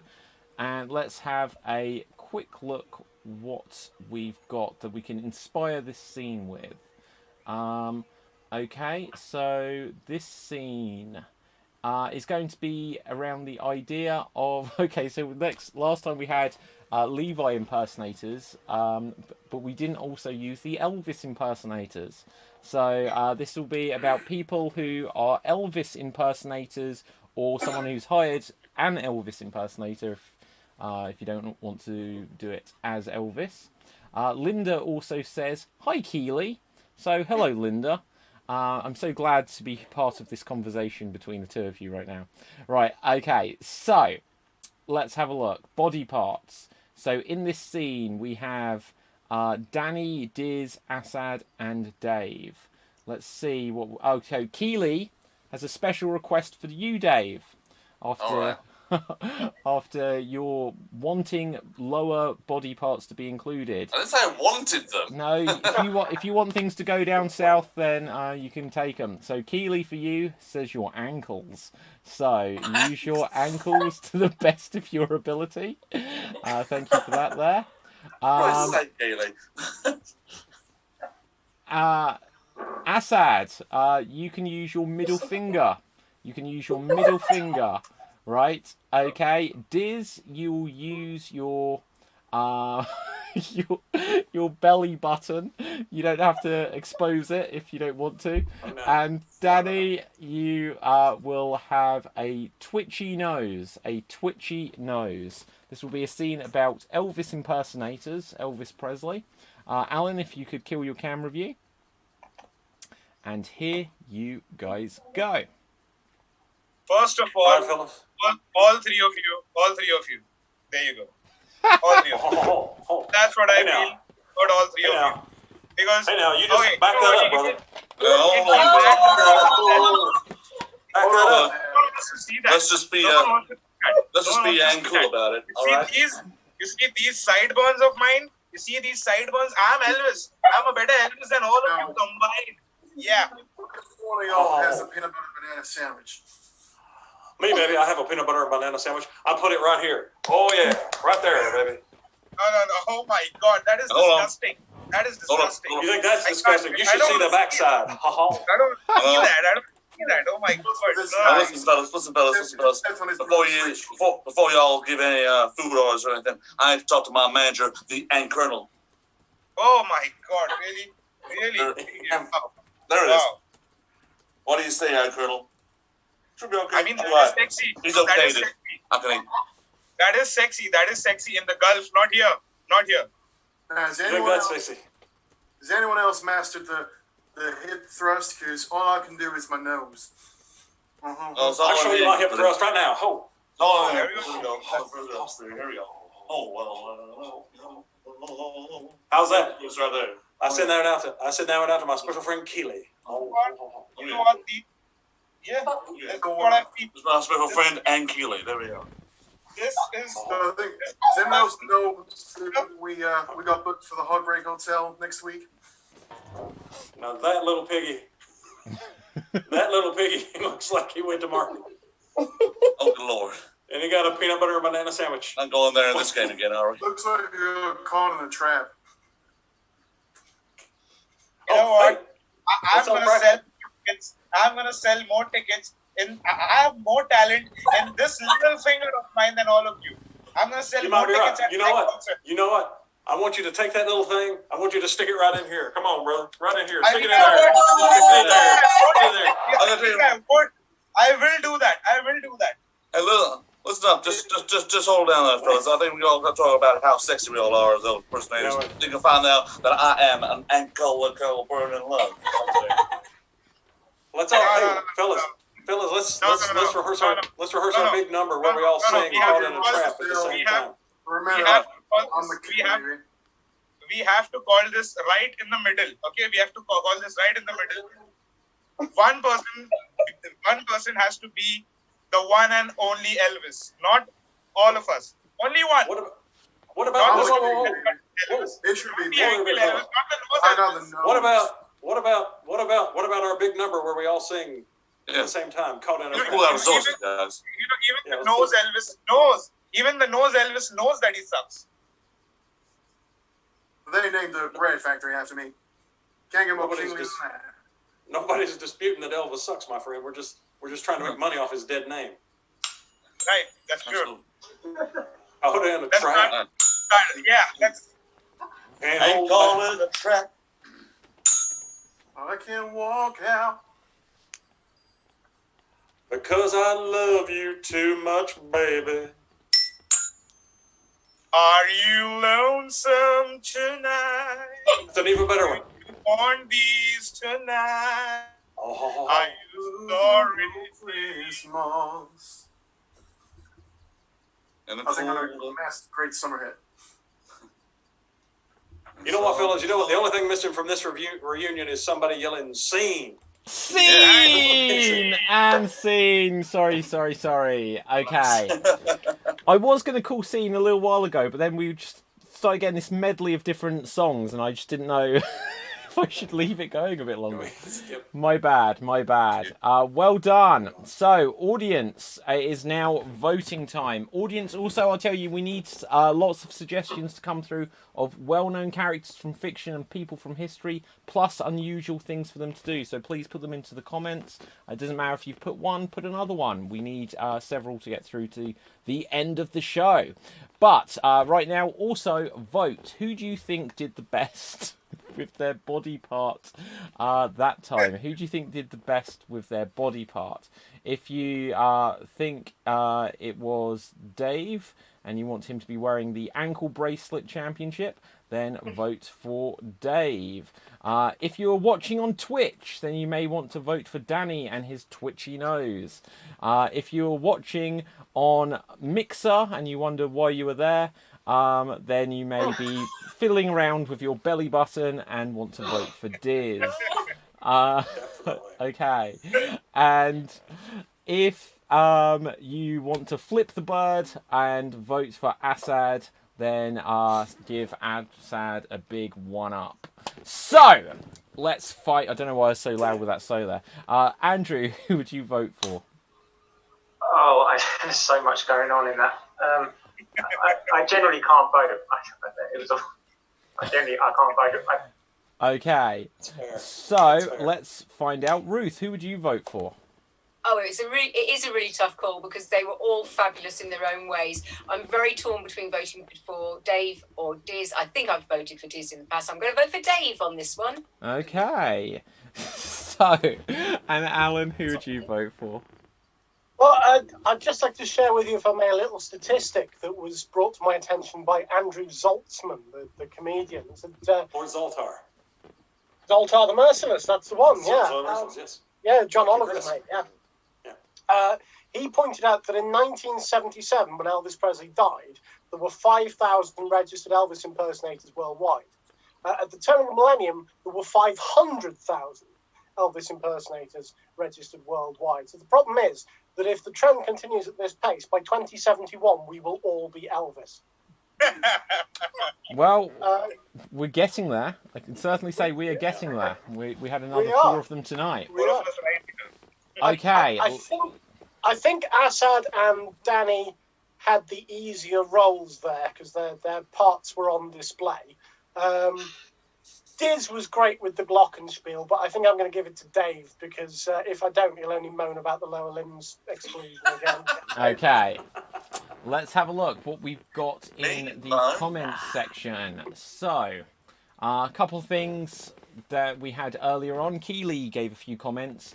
First, she said, ankles at the ready. So that was for you, Dave. Then at some point, I'm not going to say it was definitely about Diz, but I think she looked away and then she just put, what is that? With quite a shocked expression. It's my belly! My belly! You sound like Fat Bastard from Austin Powers. That's right. That's right. That's also where I got my Michael Caine. That looked like member. Okay. Like the hurricane. Then actually immediately following that, Keely says, what about me? You don't have to show your belly button. You don't have to go down that route. Poonam says, ha ha ha ha ha. And Keely also then says, I'm so sorry for everyone who just joined. Think we will all be having nightmares tonight. Then we've got a few suggestions for the next round. Thank you for those coming through. Poonam says Assad and Diz. So that's 1 vote apiece we've got there. Sophie says Dave. Then we've got Janie votes for Diz. Erica votes for Danny. So that's at least a couple of votes there for Diz. 2 for Diz, 1 for Dave, 1 for Danny. Keely says, I vote for Acid. So she's given you a nickname again. So that's 2 for Assad. That is 2 for Danny. That is 2 for Diz. Jane says Dave, which means that this has absolutely gone nowhere. Julie says Acid and his sideburns. So Acid, Assad is in the lead. Maxton votes and says Diz, which means Assad and Diz are all tied up. So the votes are coming through thick and fast. Audience, don't forget, in a moment we are going to need you to give suggestions of characters from fiction and people from history, plus unusual things for them to do. But I think at this stage we're going to say that we have a tie, so let's have a very quick tiebreaker. What? I like Keely's vote. Okay, here we go. Right, so... Yeah. Tiebreakers. Right, tiebreakers in the room. Yeah, Keely, let's find you. I can't find you. Can you restart the fire, please? Right, okay, so, relight my fire, not restart my fire, that's the wrong song. Okay, so can we have you guys... Right, Just so... an old person with a gas hob that doesn't quite work. No. Right, okay, so, Julie, who would you vote for here? I did vote for Acid and his sideburns. Yeah, actually, yeah, and Keely already voted. Oh, she? Yeah, she said, I vote for Acid. Right, so we enjoyed. So Dave, they didn't help you here. They did not. Dave's gone. Right, so thank you, Keely and Julie. But okay, so Assad and Diz, you're going to have a tiebreaker. Let's have a quick think. Right, I want you to. Okay, I'm going to give you 30 seconds. 30 seconds, and after that 30 seconds, you each have to present some form of magic. 30 seconds to prepare your magic trick, and here you go. So these guys are going to have 30 seconds to prepare some kind of magic trick. I'm going to remind everyone that tomorrow we're going to have another show, same back time, same back channel as they used to say in the 1960s. At 8:30 p.m. on Twitch, as they didn't say in the 1960s. Right. Okay. So that has been 26, 27, 28, 29, and that is 30 seconds. So, Diz, you can go first. Present to us some magic.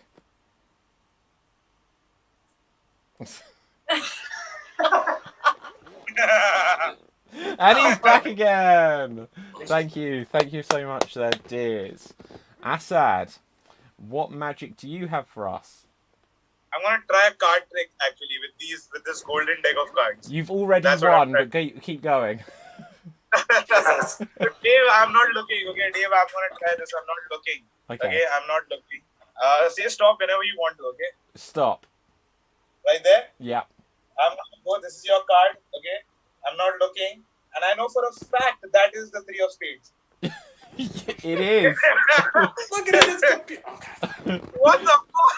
Wow. Okay. Do you know what? They were both very good. But Diz, we already, like, before we even started the 30 seconds, you did do this and that again. So the fact that 30 seconds later you came back with the same trick, and that Assad actually had props, which are traditional in Magic. Penn and Teller do the exact same shit every single night. And did he ever win Extreme Improv? Exactly. So Assad, you win that round. But now we're going to move on to our finale round. And he's got the gold cards as well. They're very cool. They're very cool.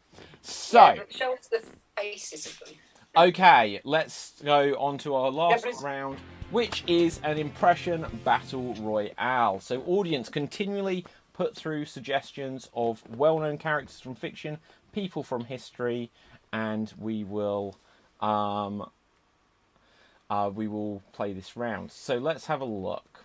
So we're going to start off with Alan and Andrew. Alan and Andrew, you guys will go first. Okay, and we are going to say that, Andrew, here's a character for you. You are Crash Bandicoot, and the unusual thing you are doing is talking. You are Crash Bandicoot talking. And here you go.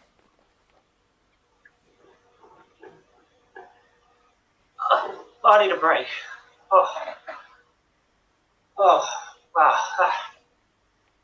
I mean, doing that every day, just running and running and running over the boxes, spinning. I'm busy. being chased by stuff.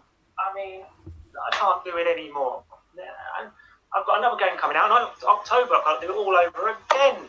I mean, Jesus Christ, I've been doing it since, whenever the first game came out. I mean, I want to do something different. I want to, try something different. I'd like to be a Batman villain. Maybe, another Batman game. I can be a Batman villain. What the hell is that? Okay, thank you very much. Thank you so much there, Andrew. So next up, who did we have next up? Alan? Alan, you will go next. Let's see who we've got for you. You are Crocodile Dundee going to his first ball. You are Crocodile Dundee going to his first ball. May I say, my dear, that you danced divinely? In fact, it's the best thing about this whole sorry affair. I'm dressed like a flaming galah. The punch has got fewer alcohol volume percents in it than bloody Foster's has. Foster's not even made in the UK. And as far as I'm concerned, I think that you've been so great that I'd like to get down on my knee and propose to you right now. Wait a minute. Who is that gorgeous bint over there? Oh, screw you, lady. You're not a wife. That's a wife. Okay, thank you very much. So, audience, it is now up to you to vote. Who do you vote for here? Do you vote for Andrew as Crash Bandicoot talking, or do you vote for Alan as Crocodile Dundee? Okay, so I just saw something quite amusing in the comments. But who do you vote for? So, Danny, who would you vote for here? Would you vote for Alan or Andrew? I feel like my vote's going to be a bit biased because whilst I am familiar with who Crocodile Dundee is, I don't recall the films. So my vote by default has to go to Andrew. Okay, yeah, certainly. Ruth, who would you vote for? Oh, no, I think it's a Crocodile Dundee for me. I thought that was lovely. Oh, okay, lovely. Diz, who would you vote for? Oh, I have the exact opposite problem with Danny. I really don't know who Crash Bandicoot is, but I loved Alan's representation of the casual misogyny that can be found in all the Crocodile Dundee movies and books and toilet paper things, all that stuff that they did, the merchandising there, the knife, very, very misogynistic knives, they said. So Alan gets my vote. Okay, and Dave. I too will go with Alan. I do know who Crash Bandicoot is, but I don't know what he sounds like. But I did like Andrew, but I think I have to go with Alan simply for the Okay, I think the idea is that he literally just doesn't talk, so he's like a silent character. But let's very quickly bring the judge on to judge this for us. So let's find out if Kim Kardashian is there. Oh my God, there's a dog. Okay, who does the dog vote for? Alan. Yeah, Alan. So, is that both of you vote for Alan? Yeah, and the dog. And the dogs. That's 3 votes. I don't know if I'll count the dog, but I appreciate that. Right, okay, so that's at least 2 votes there for Alan. Jane says Alan wins. Max says Alan. Erica says Alan, very good. Poonam says Alan. Sophie says Andrew. Janie says Alan. Keely, you already voted, but you said Alan. So I'd say, Alan, you have gone through there, so well done. Next Well played, Andrew. Next up, we are going to have Ruth and Assad. We are going to have Ruth and Assad. So let's start with Ruth. Let's find a character for you. Let's see who we've got here. You are going to be Guy Fawkes running for MP. You are Guy Fawkes running for MP as suggested by Livia on YouTube. Guy Fawkes running for MP. And here you go. I believe that we need to reform Parliament or burn it down to the ground. The only way we can do this is from inside. You need to vote for me to get me inside Parliament so that I can change it all, so that it will be better for the people, so that we will take control. I am your candidate. I am the one who will light up the sky, who will make it all right.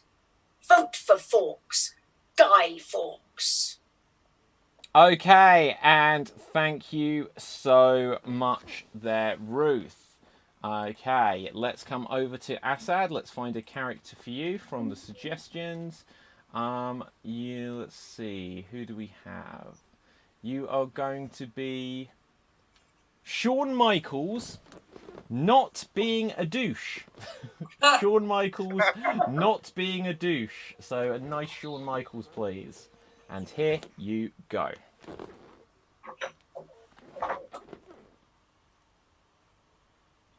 There you go. Gonna start everything with a super kick, but I'm gonna pick up the body. I'm gonna make love to it, not love. I'm gonna care for it. I'm gonna care for it. I'm not a heartbreak kid. I'm the heartthrob kid. All right. I'm sorry. You know, usually I do this and that, but I'm not gonna do that. I am gonna love you. I'm sorry. I'm never going to kick anybody in the face. No sweet chin music. Only sweet, sweet love. That's what I'm gonna do. Only sweet, sweet love. HBK. Shawn Michaels. Love it and well done. So, who do we vote for here? Do you think that Assad rocked that one like a rocker? Or do you think that Ruth said "Fawkes you" to Assad's efforts there? So who do you vote for? Either Ruth as Guy Fawkes or Assad as Shawn Michaels. Andrew, how would you vote this one? I thought Assad was meant to be a nice Shawn Michaels, not Shawn Michaels if he was a rapist. What? So, I vote for Guy Fawkes. Guy Fawkes? Okay, Diz, who would you vote for? I am also going to vote for Guy Fawkes. I'm a big fan of that whole era. Well done, Ruth. Well done. You're a big fan of blowing up Parliament. Okay. Yes. Okay. Yes, I am. Alan, who would you vote for? Well, I mean, Ruth did very well as Guy Fawkes. I would like to point out that he didn't try to blow up Parliament from within. He tried to blow it up from underneath. But obviously, if he'd been an MP, he would have been within. So that's fair. As far as Assad is concerned, I agree with Andrew. That was creepy as all balls. I'm voting for Ruth. Dave? Yeah, obviously the wrestling fan in me would like to vote for Shawn Michaels on that one, but it was a big old creep fest. I will vote Guy Fawkes. Okay, and Danny. I don't know why I just said make love. I didn't want to say that. It just came out of my mouth. Make love, not war. It's not always creepy. Yeah. Right, anyway, Danny. It was the touching more than the words. That was the I'm saying I knocked them out and then I'm going to make love to them. It's like, no. Anyway, Danny. So pretty much for the same thing, I think Ruth gets my vote there. Okay, so let's very quickly come to our audience members. So we'll go to the comments in a section, but in a second. It is the comment section. So, how does the dog vote this time? Ruth. Okay, both of you? Yeah, Ruth. Okay, so that's 2 votes. Head start to Ruth there. Right. Let's have a quick look. Sophie votes for Assad. Max votes Ruth. Ruth is 3-1 in the lead. Poonam says Assad, making it 3-2. Max said Ruth twice. We can't keep having these double votes, guys. So that's 3-2 to Ruth. Janie says Assad, tying it up. Livia says Ruth, meaning Ruth is 1 in the lead. Then we have a vote from Jane for Assad. Styles Clash says Assad, which means, I believe, is it tied? Any other votes coming through? Oh, Battle Cat says Assad, which means Assad has taken the lead. We'll give it 5 more seconds to see if we have any other votes coming through. So if you're going to vote, you need to vote now. 4, 3, 2, 1. And Keely says, what does Ruth's dog vote for? She can't vote. Her dog can't vote for herself. Right, so I will say 1 and 0. And Assad, you have gone through there. Boyhood dream has come true. Yeah, boyhood dream, exactly. Okay, so he didn't lose his smile there, and we will move on to the next round. Who hasn't been yet, guys? I'm losing track. So Dave, Diz... okay, so Dave and Diz, and then Danny and myself. Dave and Diz, Danny and myself. So Dave, you will go first. Let's find a character for you, Dave. Who are we going to find for you? Audience, we're definitely going to need a few more characters, so still put those through. You are Ross Geller having an affair with Chandler. You are Ross Geller having an affair with... Oh, hang on a second. Hang on. We'll see. We'll see. Keely had a special request for you, but it's Tinkerbell again. So we're going to hold off on that one. If Dave goes through, maybe that will come next. But you are Ross... dancing. Yeah, you're Ross Geller having an affair with Chandler, and here you go. Hi. Rachel, I just wanted you to realize that I think that things have been going real swell, and I think that you ought to know that myself and Chandler have, we've always been best buds, I think I'm gonna have to run away from you and go with him, because not because we're on a break or anything like that, or nothing like that. We're not going through there, but I don't know. He just has a way of being able to do maneuvers better than you and such like. He really knows how to pivot. Okay. Thank you very much there, Dave. So, who was next? Diz. Let's find a character for Diz. Okay, let's find out who you're going to be. You are going to be the Queen. You are going to be the Queen doing the splits. You are the Queen doing the splits. And here you go. Wait. No, hello! I'm so glad you joined me on Her Majesty's Yoga today. We're going to be doing something very special, something that Philip loves for me to do. We're going to be doing the splits. So what you have to do is you have to get the corgis out, where you naughty boys out, and watch the chandelier. It's hanging down quite low. I think I might have hit myself on the head. And so now I'm going to do the splits. Oh, yes, here we go. And then we make a little tiara just to let everybody know that we're the Queen still. Philip, come and help me up. I seem to have suctioned myself to the floor. Oh! Thank you. Okay, thank you very much. Audience, it is now voting time. Who do you vote for? Do you vote for Her Majesty the Queen Diz? If so, then put Diz.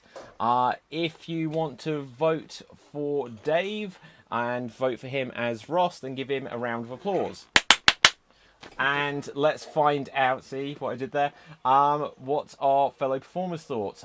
Who do you vote for? Do you vote for Dave as Ross Geller or Diz as Her Majesty the Queen? We'll start off with Alan. How would you vote this one? It's very tricky. I mean, I've never watched Friends because all the characters are so bloody annoying. And Dave certainly captured Ross's whinging misogyny quite beautifully, I felt. So that was my look at me. I'm a passive aggressive victim. He was brilliant. Diz. The Queen's had 4 kids, so I'm not sure about the suctioning to the floor. But apart from that, I thought it was hilarious. And Her Majesty's Yoga is a must-watch, even if Plastic Hips is cheating for the split. So I'm voting for this. Okay, just before we move on, we've got Michael Tufnell in the comments. Michael, why haven't you been on the show recently? Get back on here. But Michael says hello to everyone. So let's go to Ruth. Who would you vote for here? Well, I think Dave did a very good Ross impression. I think he got the voice really, really well. And much as I liked Dizzy's splits and Queen, I mean, his Queen was lovely. I don't think the Queen wears a tiara, so I'm sorry, Dave's getting my vote. Okay, Assad. Yeah, so I do agree. Dave did a very great Ross Geller. He did a great Ross Geller. But yeah, this gets my vote because he put a lot of energy into whatever he did. I really enjoyed his stuff. Yeah. Okay, Danny. Kind of drawn down the middle here because I think they both did quite good. I think what just wins over for me is Diz just with the, like myself, obviously learning from the Queen's Yoga, being able to do the splits off camera. I've got to give that vote to him. Okay, and Andrew. They were both good, but this for me. Okay, let's see what we've got in the comments section. And Kim Kardashian, are you able to rejoin us, or do I need to invite you in? If you can rejoin, then I'll come to you in a moment. But let's see what we've got in the comments. We've got Livia votes for Dave. Michael Tufnell, as well as saying hello, says he votes for Diz. So that's one apiece. He then says, thank you. I was thinking in response to what I said, saying you should do the show. And he says, see you soon. I think I do need to invite our audience. Let's just have a quick look. Ask to start video. And let's have a look who else we've got. Sophie says Diz. So that's 1 for Dave, 2 for Dave, 1 for Diz, 2 for Diz. Jane says Diz, putting Diz in the lead. Poonam says Diz, putting Poonam 2 in the lead. We've got a vote from Jamie on Twitch. Poonam in the lead! Who's Poonam? Why is Poonam in the lead? Did I say that? Diz has 4, Dave has 1. Did I say putting Poonam in the lead? Yes. Okay, well, Poonam, this one's for you. Right, okay, so we've got another vote for Dave. Ruth, I'll trust you to help me keep track here. We've got another vote for Diz, and another vote for Dave after that. Erica says Diz as well. What does that bring us up to? 6-3. Diz has got 6. Okay, so I think at that point, I'm going to say that's all she wrote. And Diz, you have gone through. Well done. Thank you very Well much. played, though, Poonam. Okay, and Yeah, so Poonam, next you did well. up, it will be Danny and myself. So, in fact, to make it fair, I will go first. But whilst you are there, Keely and Julie, could you give a suggestion of a character for me and something unusual for the character to be doing? Phil Mitchell drinking afternoon tea and scones. Okay, I think we lost your internet connection there, so we'll go to the comments. Yeah. No, I'm joking. I'm joking. Right, so Phil Mitchell drinking afternoon tea. I think you did suggest that in the comments, actually. So Phil Mitchell drinking afternoon tea and scones, was it? Scones. Scones, I do apologise. Turn your videos off, guys. Right, okay, hang on. No, sorry, I need to spotlight my video. Right, so here I go. Alright. So, Sharon. Oh, it's been a tough day. I've been out at the Arches, and I know I'm not drinking anymore, but well, I just want a nice cuppa. Oh, I love a cup of tea. Because, you know, who needs alcohol when you've got a nice tea and a scone? Because I'd say scone. not scone. They'll be all scone once I've eaten them all, and then I might beat my wife because I think that's what I do. Because that's what EastEnders is about, and I've got a dead body, and my son is gay, and it's all kinds of drama, and I ran over someone, and then I robbed a bank, and then I tried to kill myself, and it's so emotional. That's all I know about EastEnders. Right, so, okay, now we're going to find a character for Danny. You are going to be Henry VIII skiing whilst singing in French. Henry VIII skiing whilst singing in French, as suggested by Michael, one of our fellow performers.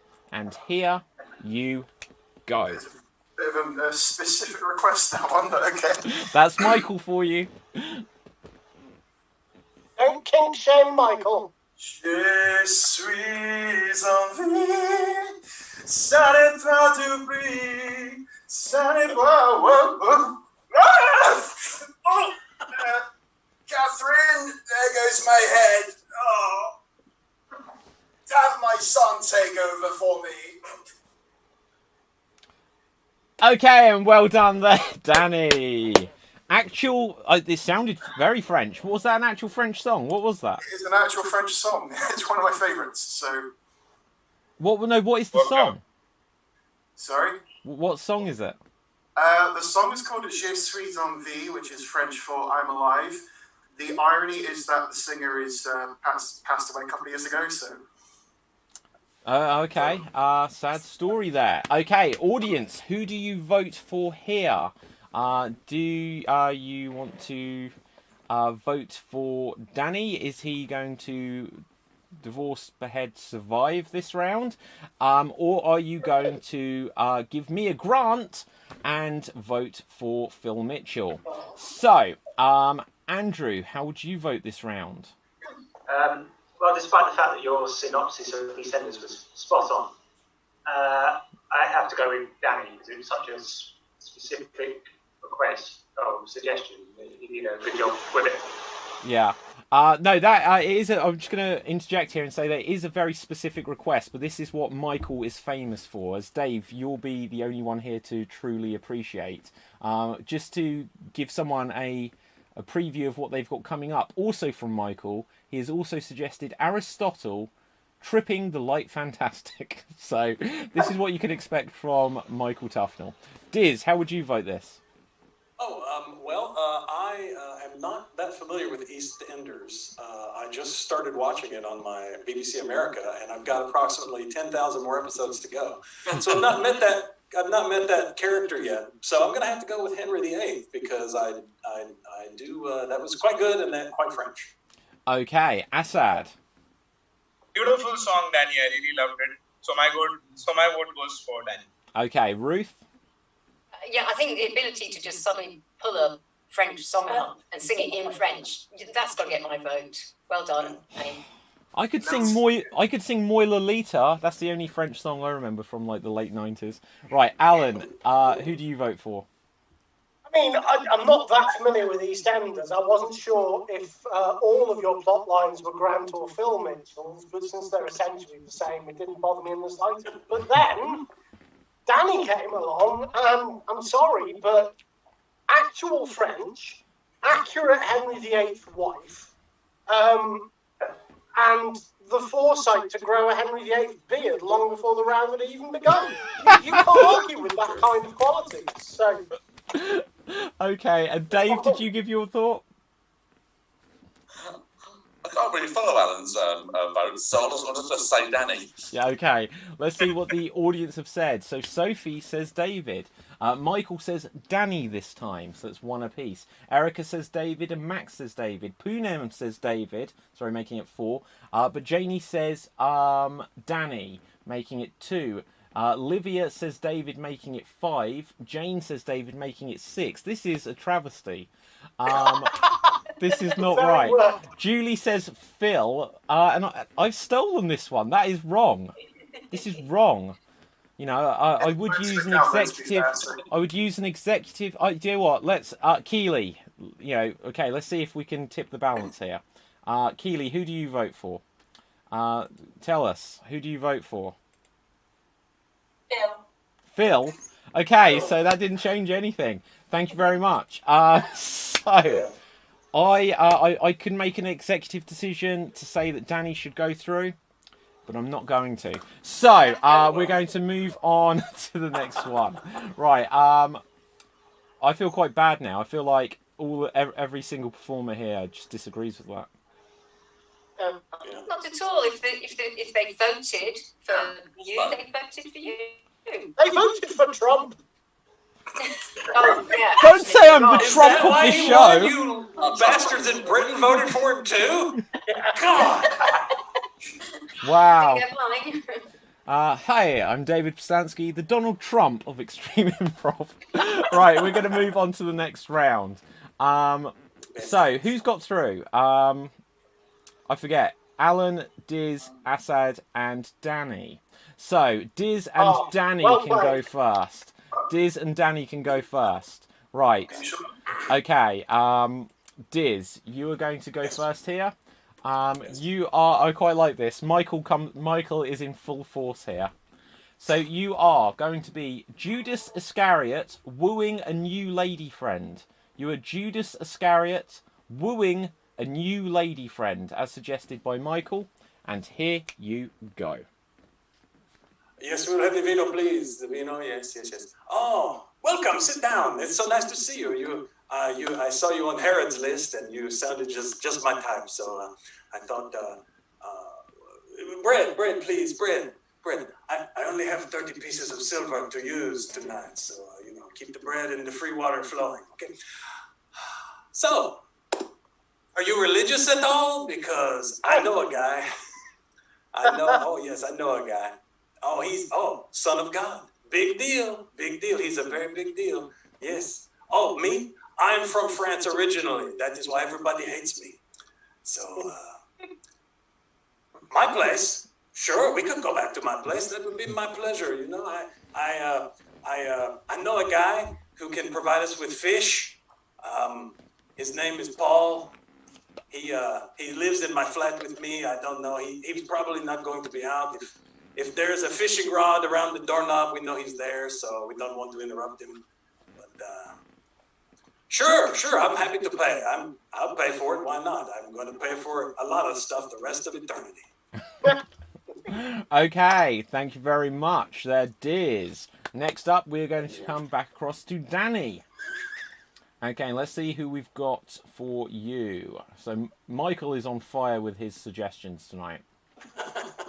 Let's see who we've got. Let's go for it. You're going to be Aristotle tripping the light fantastic. You are Aristotle. What that means? No, me neither. Dancing. It means dancing. It means dancing. Yeah. Okay, so you are Aristotle tripping the light fantastic. And here you go. Okay.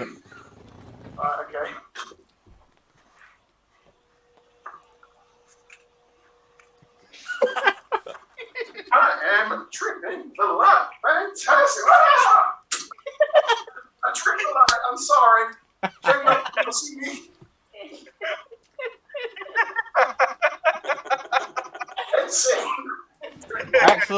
Excellent. I think my favourite thing about that is the voice choice you made actually sort of sounded like Mr. Hanky the Christmas poo from South Park. Howdy-ho! Okay, so who do we vote for? Do we vote for Aristotle, the Christmas poo, who was tripping the way fantastic?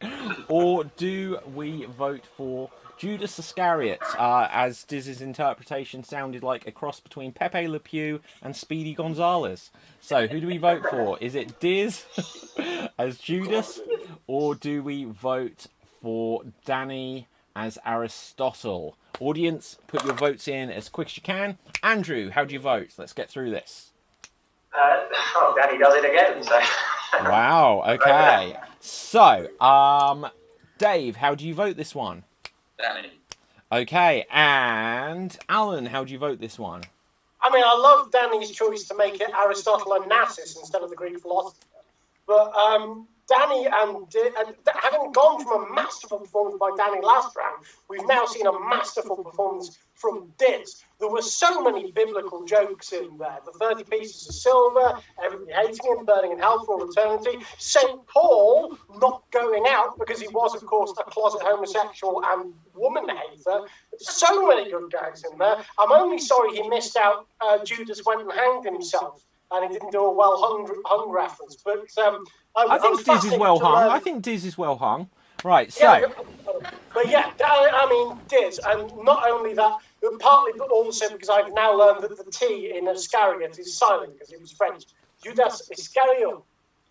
Ah, okay. Assad. I have to vote for Danny, and I really want to say good things happen when Danny actually gets out of his chair.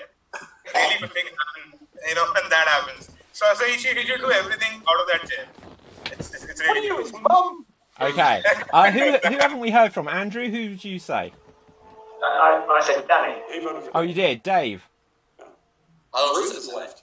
Okay, and Ruth. Well, I love Danny tripping the light to unplugged, but actually it's Diz that gets my vote. Okay, let's have a quick look who we've got votes for. So we have votes coming through. But now I need to be very careful because Danny was in the last round. So let's just see where the votes... Although, to be honest, actually, I got all of the votes. So let's just see. If it says Danny, that's this round. That's not bitter. That's not bitter. Right. Danny got one, didn't he? He did. I got two, So, you got loads. You. It was a landslide. So, Livia says Danny. Michael says Danny. Battlecat20 says Danny. Michael says Danny does it again, but that's still Michael. So Poonam says Danny. Janie says Danny. Jane says Danny. Styles Clash says Diz. Sophie J says Diz. Max says Diz. Keely then says D, which is very mysterious between Danny and Diz. Julie says Danny. So and then Michael says hello Ruth. So, I think, Danny, you have gone rocketing through. So, well done there, Danny. Okay, let's see. Who else do we have? Who went through? Assad and... Alan. Assad and Alan. Let's see who... Well done, Danny. That was a bit like when Judi Dench got the Oscar for Shakespeare in Love because the Academy had ignored it the year before. Well done. Okay. So, let's see who we've got. So, next up, we've got... who we've got? Lots of characters suggested. So, first up, we're going to have Assad. Let's get a character for you. You are going to be... Shrek. Do you know Shrek? Sort of, but I don't know. Do you want to give it a go? I mean, I can try, but yeah, sure. It's either that or your best Tina Turner. I have no idea what that is. Okay, so you will be Shrek. You will be Shrek. And what are you doing? I've lost it now. Okay, so you're going to be Shrek doing something. For the life of me, I can't find what it is. I'll just have to see what someone else has said because I can't find where it says Shrek anymore. Where does it say? Where does it say? Where does it say? Oh my god, I can't believe I've lost this. Right, so let's just have a look. You are going to be Shrek. I keep repeating this. Showing off your dance moves. You're going to be Shrek showing off your dance moves. And here you go. Oh, I'm Shrek. I'm a dirty little ogre. But I have started taking a bath.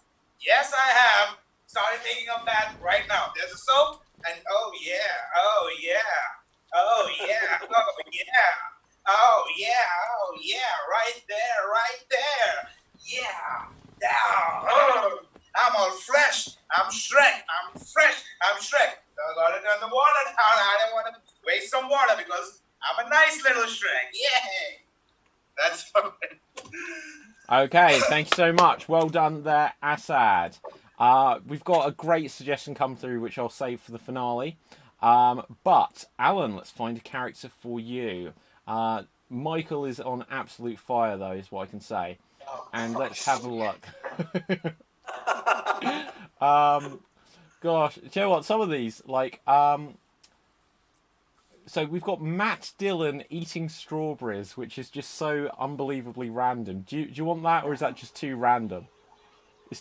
Yeah, exactly. It's too random. Sorry. No. That's fair enough. It's fair enough. Okay. So, were you in the scene about Elvis earlier? No. Excellent. So now you will be Elvis. I said everyone is eventually Elvis, right? So, as suggested by Michael, you are Elvis Presley baking a fruitcake. Elvis Presley baking a fruitcake, and here you go. Thank you very much for joining me here in the Palace Hotel kitchen this evening. I'm going to be showing you how to make a fairly basic fruitcake. It's going to have a certain amount of brandy, a certain amount of all kinds of things. But mainly it's going to have dry fruit. Because maybe, I'm just saying, maybe if I'd had more fiber in my diet, I wouldn't have died on this ship.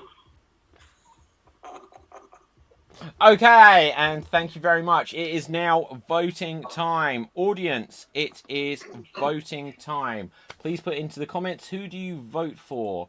Did you think that Alan was the king in that round? So if so, put Alan or Elvis. Or do you vote for Assad as Shrek? Was he an ogre in that round, if people understand my reference there? So, let's have a quick go round to our performers. Andrew, who would you vote for? Well, considering the fact that we'll all be Elvis someday, I vote for Elvis. Okay, Ruth, how would you vote this round? Yeah, Alan gets my vote too. Okay, Dave, how would you vote it? First of all, well done, Michael, for suggesting someone to do an impression of that we actually all heard of. Congratulations on that one. So Alan's obviously very, very good, but I'm going to have to go with Assad. He said himself that good things happen when Danny gets up from his chair, and then Assad proved that good things happen when he does as well with that stuff. And I do have a feeling that someone's going to get a hold of that clip of him dancing around like Shrek, and it's going to turn him into a GIF. So just for that, we'll go with the vote for him. Okay, Dave, just remind me that tomorrow or I'll forget. Right, okay, so Diz, who do you vote for? I enjoyed Alan's Elvis impression and the cooking and the reference to how the king died. But I saw Acid had never heard of Shrek before, and he went balls out, literally by putting the scene in a shower. And, okay. I want to thank him for that and reminding me that I need to bathe after this. So. Okay, who haven't we heard from? Danny? Yeah, I'm going to give mine to Assad as well for pretty much the same reason. Can't wait to see the GIF of this tomorrow then. Okay, have we heard from everyone? Andrew, have we heard? Yes. Yeah. Ruth? Yeah. Sorry, I'm losing my mind now. Right, it's reached that time of the evening. We've got one more round to get through, so let's go over to the comments. So Sophie says Alan, Max says Alan, Janie says Assad, Battlecat says Assad, Jane says Assad, Michael says Alan. Julie then says Acid, which means that it's 4-3 to Assad rather.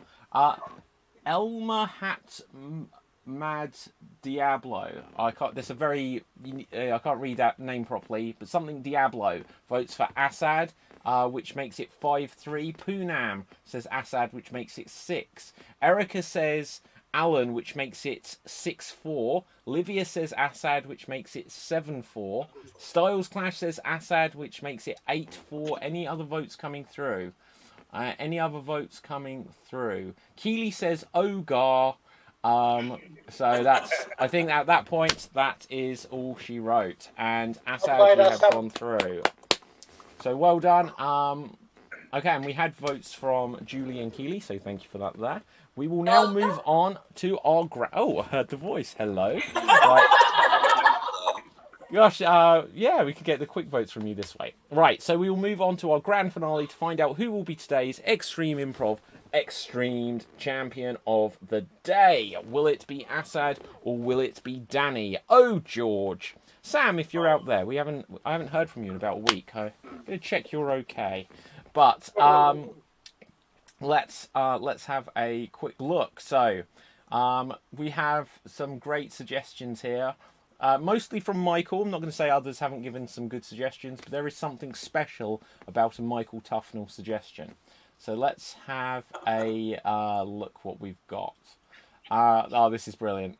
In fact, we're going to have an all-Michael finale unless some amazing suggestion comes through now. Danny, you will go first. Danny, you will go first. And you are going to be Winnie the Pooh, discovering the meaning of life. Can I just grab something real quick? If I'm Yeah, go for it. Cool. Right, go back. Okay, so he's just going for a quick poo, right? So, a quick poo break. Okay. Whilst he's doing this, we can see Danny's room. So if anyone did want to rob him, there's a PS3 there and an Xbox One. So feel free to break in and... Oh, hi, Danny. Right, so... No Xbox is here, unfortunately. Are they both PlayStations? Yeah, one's a PS3, one's a PS4. Do you have a PS2? I technically do, but that's with my folks. He went for a PS2, didn't he? He just went for a PS2. Yeah, I like it. I like it. So, okay, Danny. You are going to be Winnie the Pooh discovering the meaning of life, and here you go. Oh, Oh my god. This honey's just not doing it for me anymore.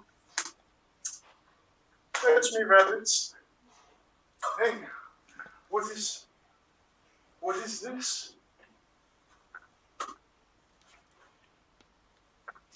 Tigger, did you leave this for me?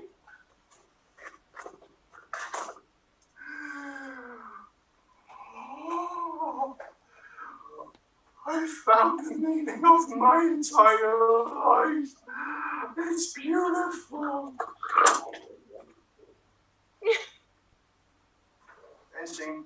Okay, excellent. Oh, I wanted to know what it was. Okay. Although I'm also trying to work out how worried we should be that you went over to the corner of your bedroom and came back with some pot of honey. Right. So, I went to my kitchen. yeah, that's what they all say. No, okay, I believe you. So, that was Danny as Winnie the Pooh. But next up, Assad, as suggested by Michael Tufnell. Let's just find it. This is the most unique suggestion for an impression character we have ever had. Oh, dear. You are going to be Mount Etna erupting. You are Mount Etna erupting. So you're a mountain. We've never had a suggestion of a mountain before, but you are Mount Etna erupting. And here you go.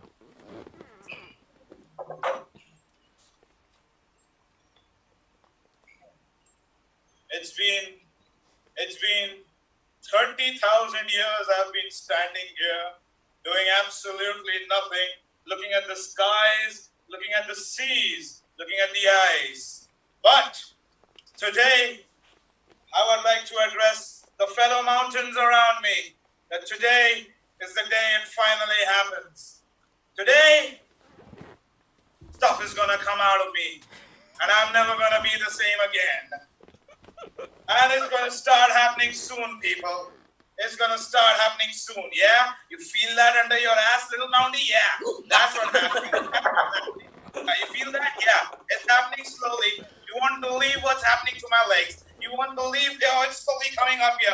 As my last words before this happens, I would like to tell you all that I love you and I will never be the same again. And I will see you on the other side! Okay, and well done there. Oh dear. Right, after that climactic rendition there. So, we'll find out. Audience, please put into the comment section, as you can see in the suggestion box down below, we need your votes. Who do you think did the best impression there? If you would like to vote for Assad as Mount Etna, then put Assad or Mountain. If you would like to vote for Danny as Winnie the Pooh, I just want to ask Danny, during Assad's, I noticed that you were drinking again. Was that still the honey or something? Still the honey, don't worry. I thought it was. He's staying in character. He's staying in character. Staying Wearing in the red character. t-shirt now, so... Okay, right. So, if you'd like to vote for Danny as Winnie the Pooh, vote Danny or Winnie the Pooh. If you'd like to vote for Assad as Mount Etna, put Assad or Mount Etna. So let's quickly find out what our fellow performers thought, starting with Ruth. Well, I think the thing is, Michael, Mount Etna did erupt. So in some ways, it was something that they did do. It wasn't unusual. But having said that, I think Assad did such a brilliant impression of a mountain Look, erupting. if you had roast beef once in your life, I wouldn't say that's a usual activity, right? But it can only happen once for Mount Etna. You know. But anyway, he did it so well. Assad would get my vote if I was voting. Okay, Dave, how would you vote? Well, Winnie the Pooh is one of my favourite childhood characters. So apparently, according to my mother, I used to do impressions of Winnie the Pooh while watching the original film, as a child. So I was going to go very much for Danny's impression there. But then Assad decided to do the impression of all impressions.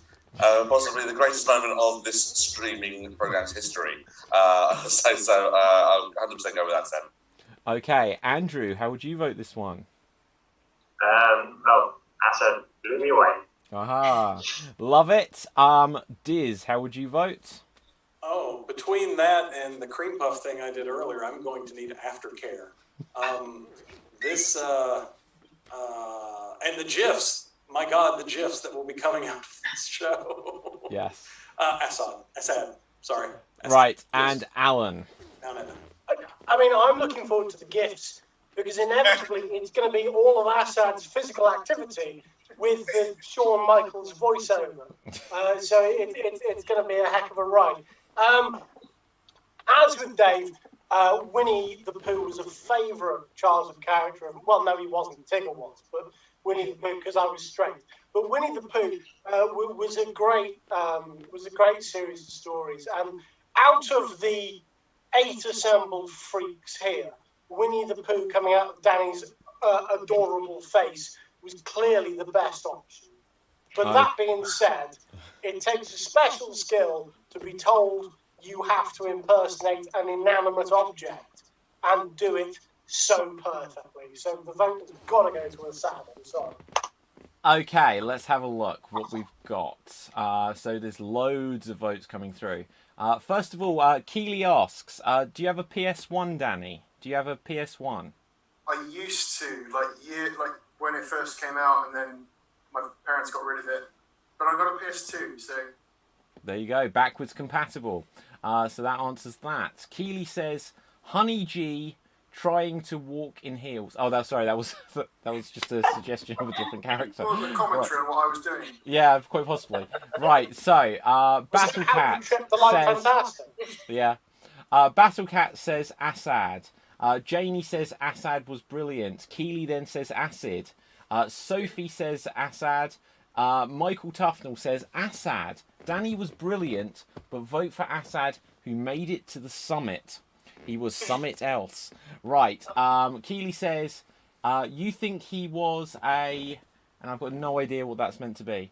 But there's like a little image there. So, Keely, can you clarify? What is that thing you've put? B. You think he was a B? Ah, I see what you did there. Right, but then Max votes for Danny, so Danny has come rocketing back. But then Poonam says Assad. Elma Hat Mad Diablo says Assad. Sophie says Assad. Styles Clash says Assad. Michael then says, tell them about the honey, mummy. Okay. Julie says Acid. And then Michael says, what is PS? Is it postscript? No, it stands for PlayStation. But I can say at this point, with the votes through, that Assad, you are tonight's Extreme Improv XStreamed champion. So well done, well done. Everyone give him a round of applause there, whilst I grab the championship belt, which we will put on the screen just underneath you, Assad. Do you have any speech you would like to give for the moment to the people out there whilst you got the championship? No, it's actually the first time I've actually won this championship, so it means a lot to me, and I would like to thank David for this opportunity. It's been wonderful. Thank you so much. Okay, so with that, audience, I will come to you and very quickly say if you have any final shout-outs you would like to give, if you've got any birthdays you would like to announce, if you have anything you want to say to each other or say to any of us, put it into the comments. We'll read it out at the very end of the show. But for now, let's find out where you can find all of our performers on social media. Starting with Ruth. Where can we find you? At Ruth Curtis Acts on Twitter. You can go to my website, www.ruthcurtis.co.uk, or you could go to my WoW website, so much more than just WoW, at www.wowow.co.uk. Okay, next up, we are going to come to Diz. Diz, where can the people find you? Diz, you are on mute. You are on mute, and I put my little thing here like I'm trying to listen to an earpiece that I don't have. Unmute myself. Oh, there's a whole message. Hi, you can find me at improvchattanooga.com or look for Improv Chattanooga on Facebook, Twitter, Instagram, Snapchat. Send me your private snaps. That's it. Diz has been drinking tonight, clearly. Danny, where can the people find you? Well, I don't actually have any public social media yet still, but I think I'm here tomorrow night as well. Yep. I do just want to say, though, I actually, just for throwing commitment into my role as Winnie the Pooh, I'm actually intermittent fasting, so the fact that I just drank this on camera after 8 o'clock, yeah, no, it's cool. Yeah. Okay, no, excellent, excellent. I kind of feel bad, but at the same time, you did, say, can I have a minute to go and retrieve the honey first? So you using it, we're enabling you to break your rules here. Next up, we're going to come to Andrew. Andrew, where can the people find you? You can't really find me anywhere, but hopefully I'll join you Friday for that. Possibly. Yep, certainly. Okay, next up, we are going to come across to Dave. Where can the good people find you on social media? Wow, there we go. Hi, man. Looking at it. We're fans of the opera style thing. It is. It's at Greeno or at T_Anthony_Green, Instagram at David Anthony Green, Facebook David Anthony Green. You can also, amazingly, because it started this last week, I do science parties for children, so you can find me as a Boffin Dynamite Dave for children's science parties.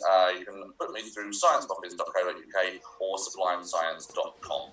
Oh my god, just looking at that, you're like Ryu or Ken. You've got like a fireball coming out of your hands.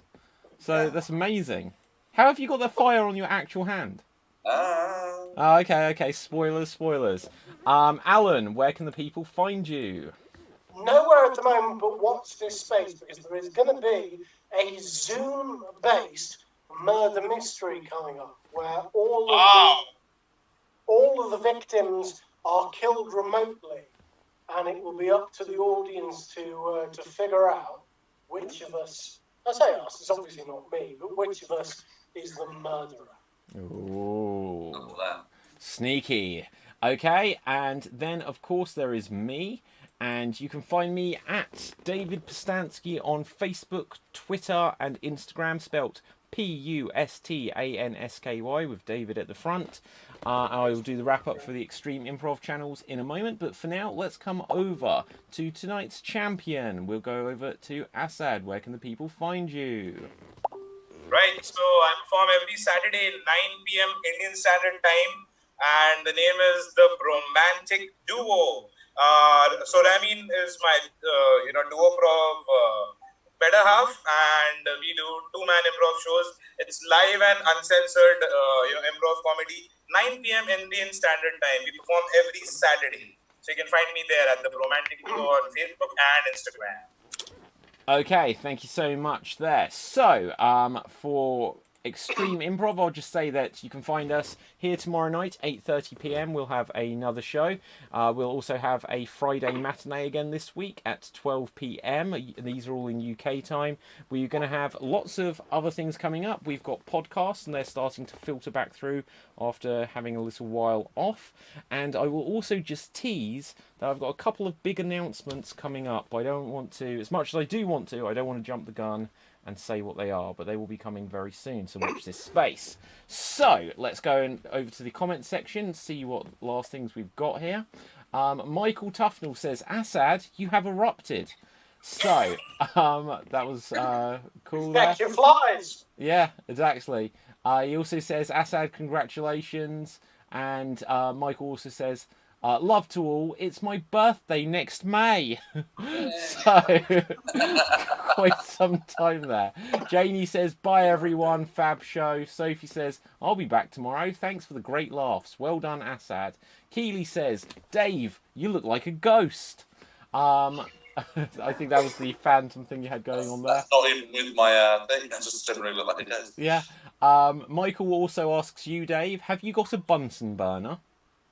Have I got a Bunsen burner? I don't have a Bunsen burner, unfortunately. No, he does it with his fingers. It's amazing.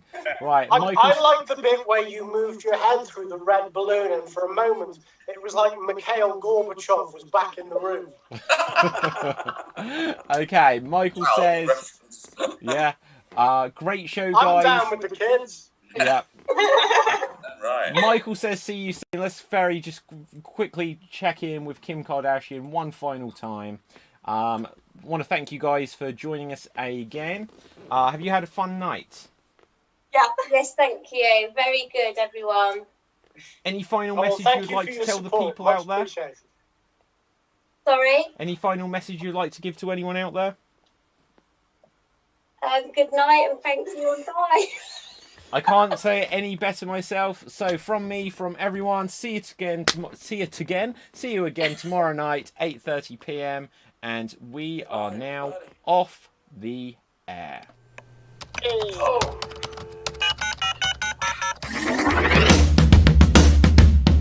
Okay, and we are now going to be live. Hello, everyone. Hello. He's going for it.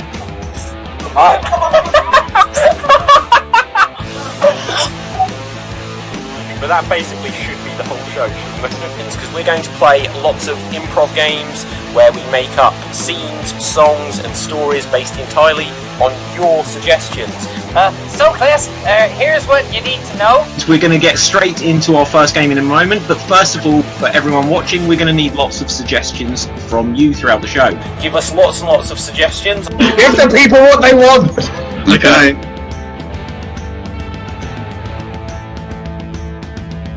But the first suggestion we're going to need is of a crime you would like to commit. So audience, still keep giving us suggestions of well-known characters from fiction. Stealing Ronald McDonald's big shoes. The world has run out of ice cream. We're going to do the dance of the headless chickens. Okay, so we've got Rocky seducing a crocodile. Okay. The people what they want! Give them what they want! Are going to play a game which is called Styles Clash. Styles Clash? Verbatim. We are going to move on to our final challenge of the show as an impression battle tournament. So, hello, Georgie. We're going to make a lovely cake. I wish my mum was here. Have nine shoes. Nine shoes. No shoes.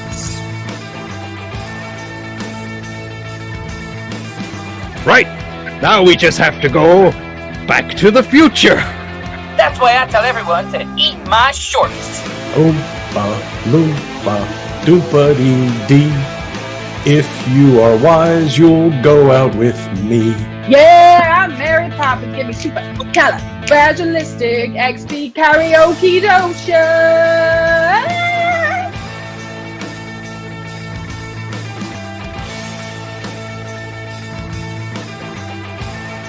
A crystal crystal, the crystal of life, which will make us all be able to turn into little tiny mechanical butterflies. My God, is that possible that we always have to listen to him?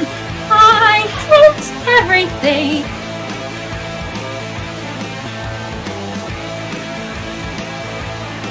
No! But George is my friend! You don't have any friends! Ah! There you go. I did a little picture of us all earlier. I was doodling a little bit. Like a virgin! Oh, I love the U-bend. I like to get my hands inside the pipe. I have ways to tickle you to death. Continue this as Cockney Gerbils. Extreme Improv XStreamed champion.